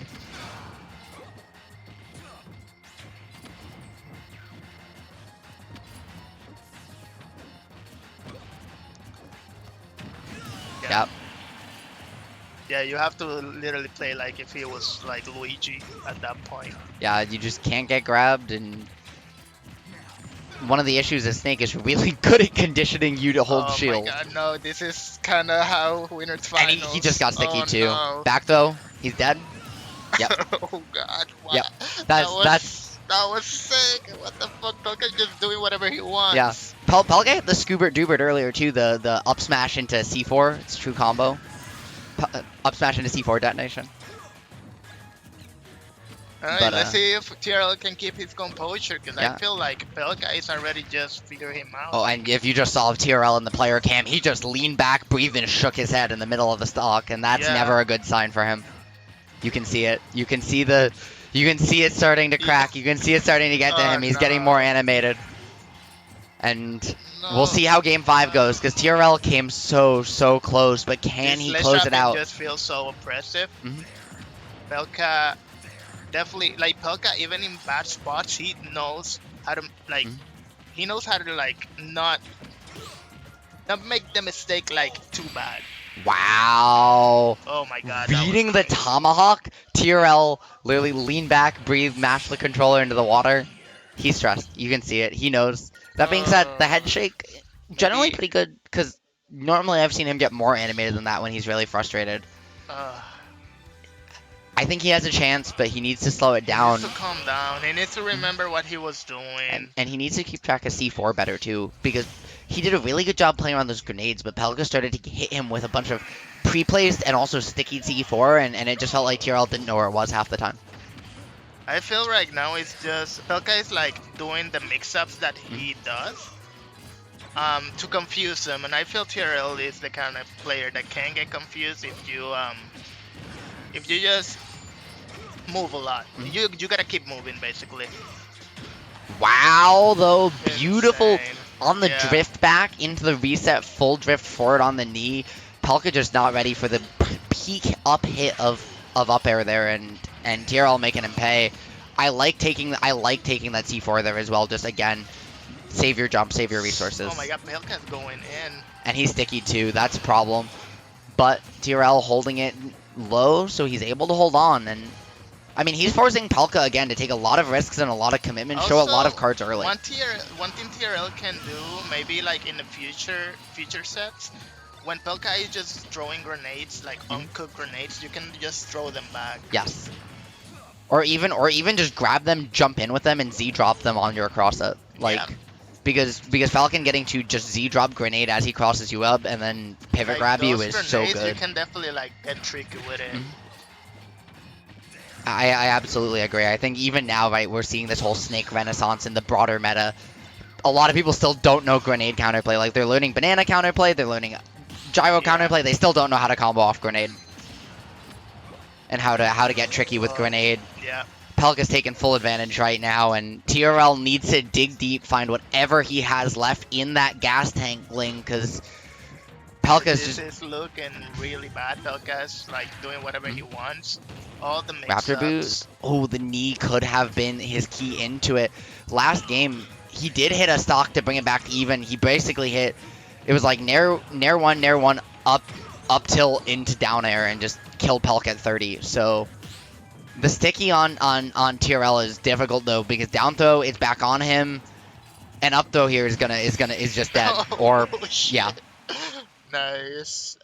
Congrats to Pelca. Wow. That was solid. TRL, congrats to TRL too. Like I was impressed like how he played today. I think we saw a big Um, level up from TRL tonight. for sure, yeah. He can definitely keep playing like this, Mhm. and he'll still gonna be like keep taking names. He's always been solid. Yeah. It's just like I feel it's in We were- his mind. Like I remember Um, talking to AJ about it over the summer to Ajax, and it was always he was right there. He always had the punish game. He always had the play speed, right? yeah, He has the punish game is play crazy. speed that Mars, that Light have, Yeah. where he just plays at the next level that is so hard for people to keep up with. But he didn't have the patience always to Yeah. to measure that, to really make the most of it when things didn't go according to plan for him. And we're seeing that I tonight. believe he can definitely fix that. That's I agree. really fixable. It's just like be positive. Make out of a bad situation, you can definitely like turn it around. It's like just shake it up. And I'm pretty sure like if he does that, he's just gonna be a new player. I feel against me, he never like got stressed out. I feel because like I usually beat him, and I beat him sometimes like really like pretty hard. Yeah. Like You beat him really, like he really beats me. bad. Like yeah. I'll say it. I'll say it. I feel like he was like, you know what? I'm just gonna try my hardest no matter what, because I always lose to Ling. Let me just try my hardest, you know. And you just beat me. I was like, what the fuck am I doing wrong? I always beat TRL, and he just played on another level. I feel like if he keeps that mindset going forward to like other players, the other top players here in the region, he'll definitely just like I learn how to get to the next level. Yep. No, I was telling the same thing actually to Fawn, the Duck Hunt player. Yeah, I know. At Yoshi's, where she's like, I'm not a top player, and I'm like, Fawn, you are. The way you see the game is there. The biggest enemy you have is your own confidence in yourself. Duck You Hunt. just have to trust you. Duck Right, Hunt with sucks. Duck Hunt, she beat Enhanced PV. She beat Cloud at Xanadu. She got Yeah. second at Yoshi's No, yesterday. I know. Like, Like she's she's insane. crazy. She's definitely like she's definitely a top player. You Yeah. say she's a top player, but she the thing she is, says she's not. It's just your only thing is your own mental holding you back. no, everybody is scared to play her. You know, Exactly. Everybody's like nobody sleeps on her. You know, it's like. Mhm. But Duck Hunt is a character that you know if the person knows the matchup, it's a little bit tougher. Yes, absolutely. Definitely still some good matchups as well. Like Samus, for example, can be impossible. Samus. Like I know Samus is No. she destroyed Quick. I know. You were there. I know Fawn has like a good record on some Sora. Every time I go to New York, like we never like meet in the bracket. Or, Yeah. Or she doesn't play, I'll- or I don't go. Okay. So what I'm hearing is I'll talk to the Brookland guys about rigging bracket for high res. Yeah. Okay, got it. Gene, you heard it here. Crowsong, I'm gonna be in your DMs. I like the matchup. I like Duck Hunt. Yeah. But anyway, good stuff. Good to stuff, TRL, yeah, Good TRL. stuff to Brand too. Berpo showing, doing it as always with a lot of Berpo, characters. Zeke with the little Yeah. Mac. That's a Bran that was and Grit, crazy gameplay. Team Baojiao showing up strong. Hindsight, too. Hindsight beat me. I know. Sucks. Sorry, but Yeah. he. But then he lost like Yeah. right away, right? But yeah, but I mean, the thing is, like, y'all have played for He played forever, really good. so Hindsight is always been a player that has like good high peaks. Like I've seen him play some other top players, and they're like, what is he doing? You know. But then like sometimes he just goes into patterns, you know, like all the same patterns.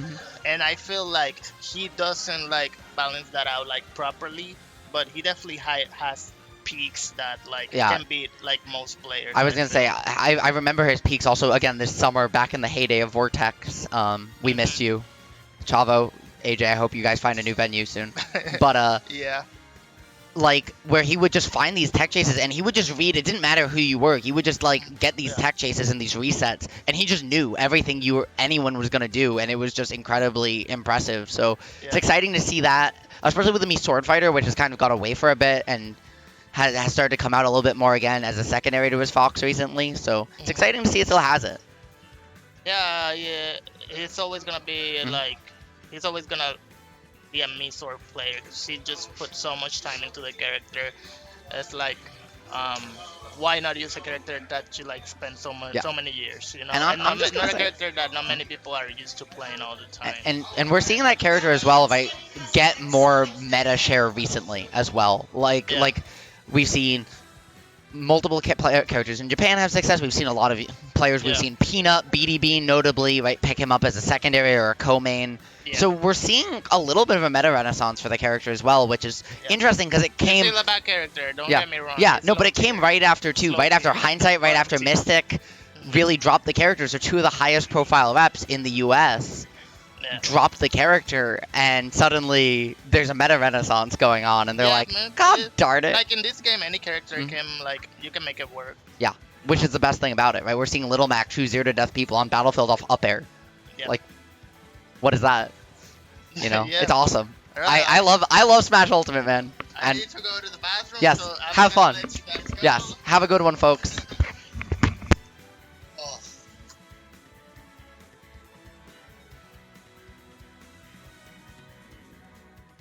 Thanks for watching, everyone. Appreciate you all tuning in. Today was crazy. TRL and Bran making crazy runs. Pelca holding it down. Not letting the 2-0 lead stop him from winning in the first set. Or the 2-0 deficit stop him. Hope everyone had a good time. Appreciate people who watch. Even if you're just at home not talking in the chat. You don't got to talk in the chat. It's all good. You watching on your beanbag chair. Real nice. You can't get the keyboard over there. How you gonna chat? How you gonna chat when you're laying in your nice beanbag chair? You don't got a wireless keyboard. We don't all make 6 figures. Nah, but thanks. Thanks for watching. Good night. Follow your dreams. Start tomorrow for your dreams. Or today. Later.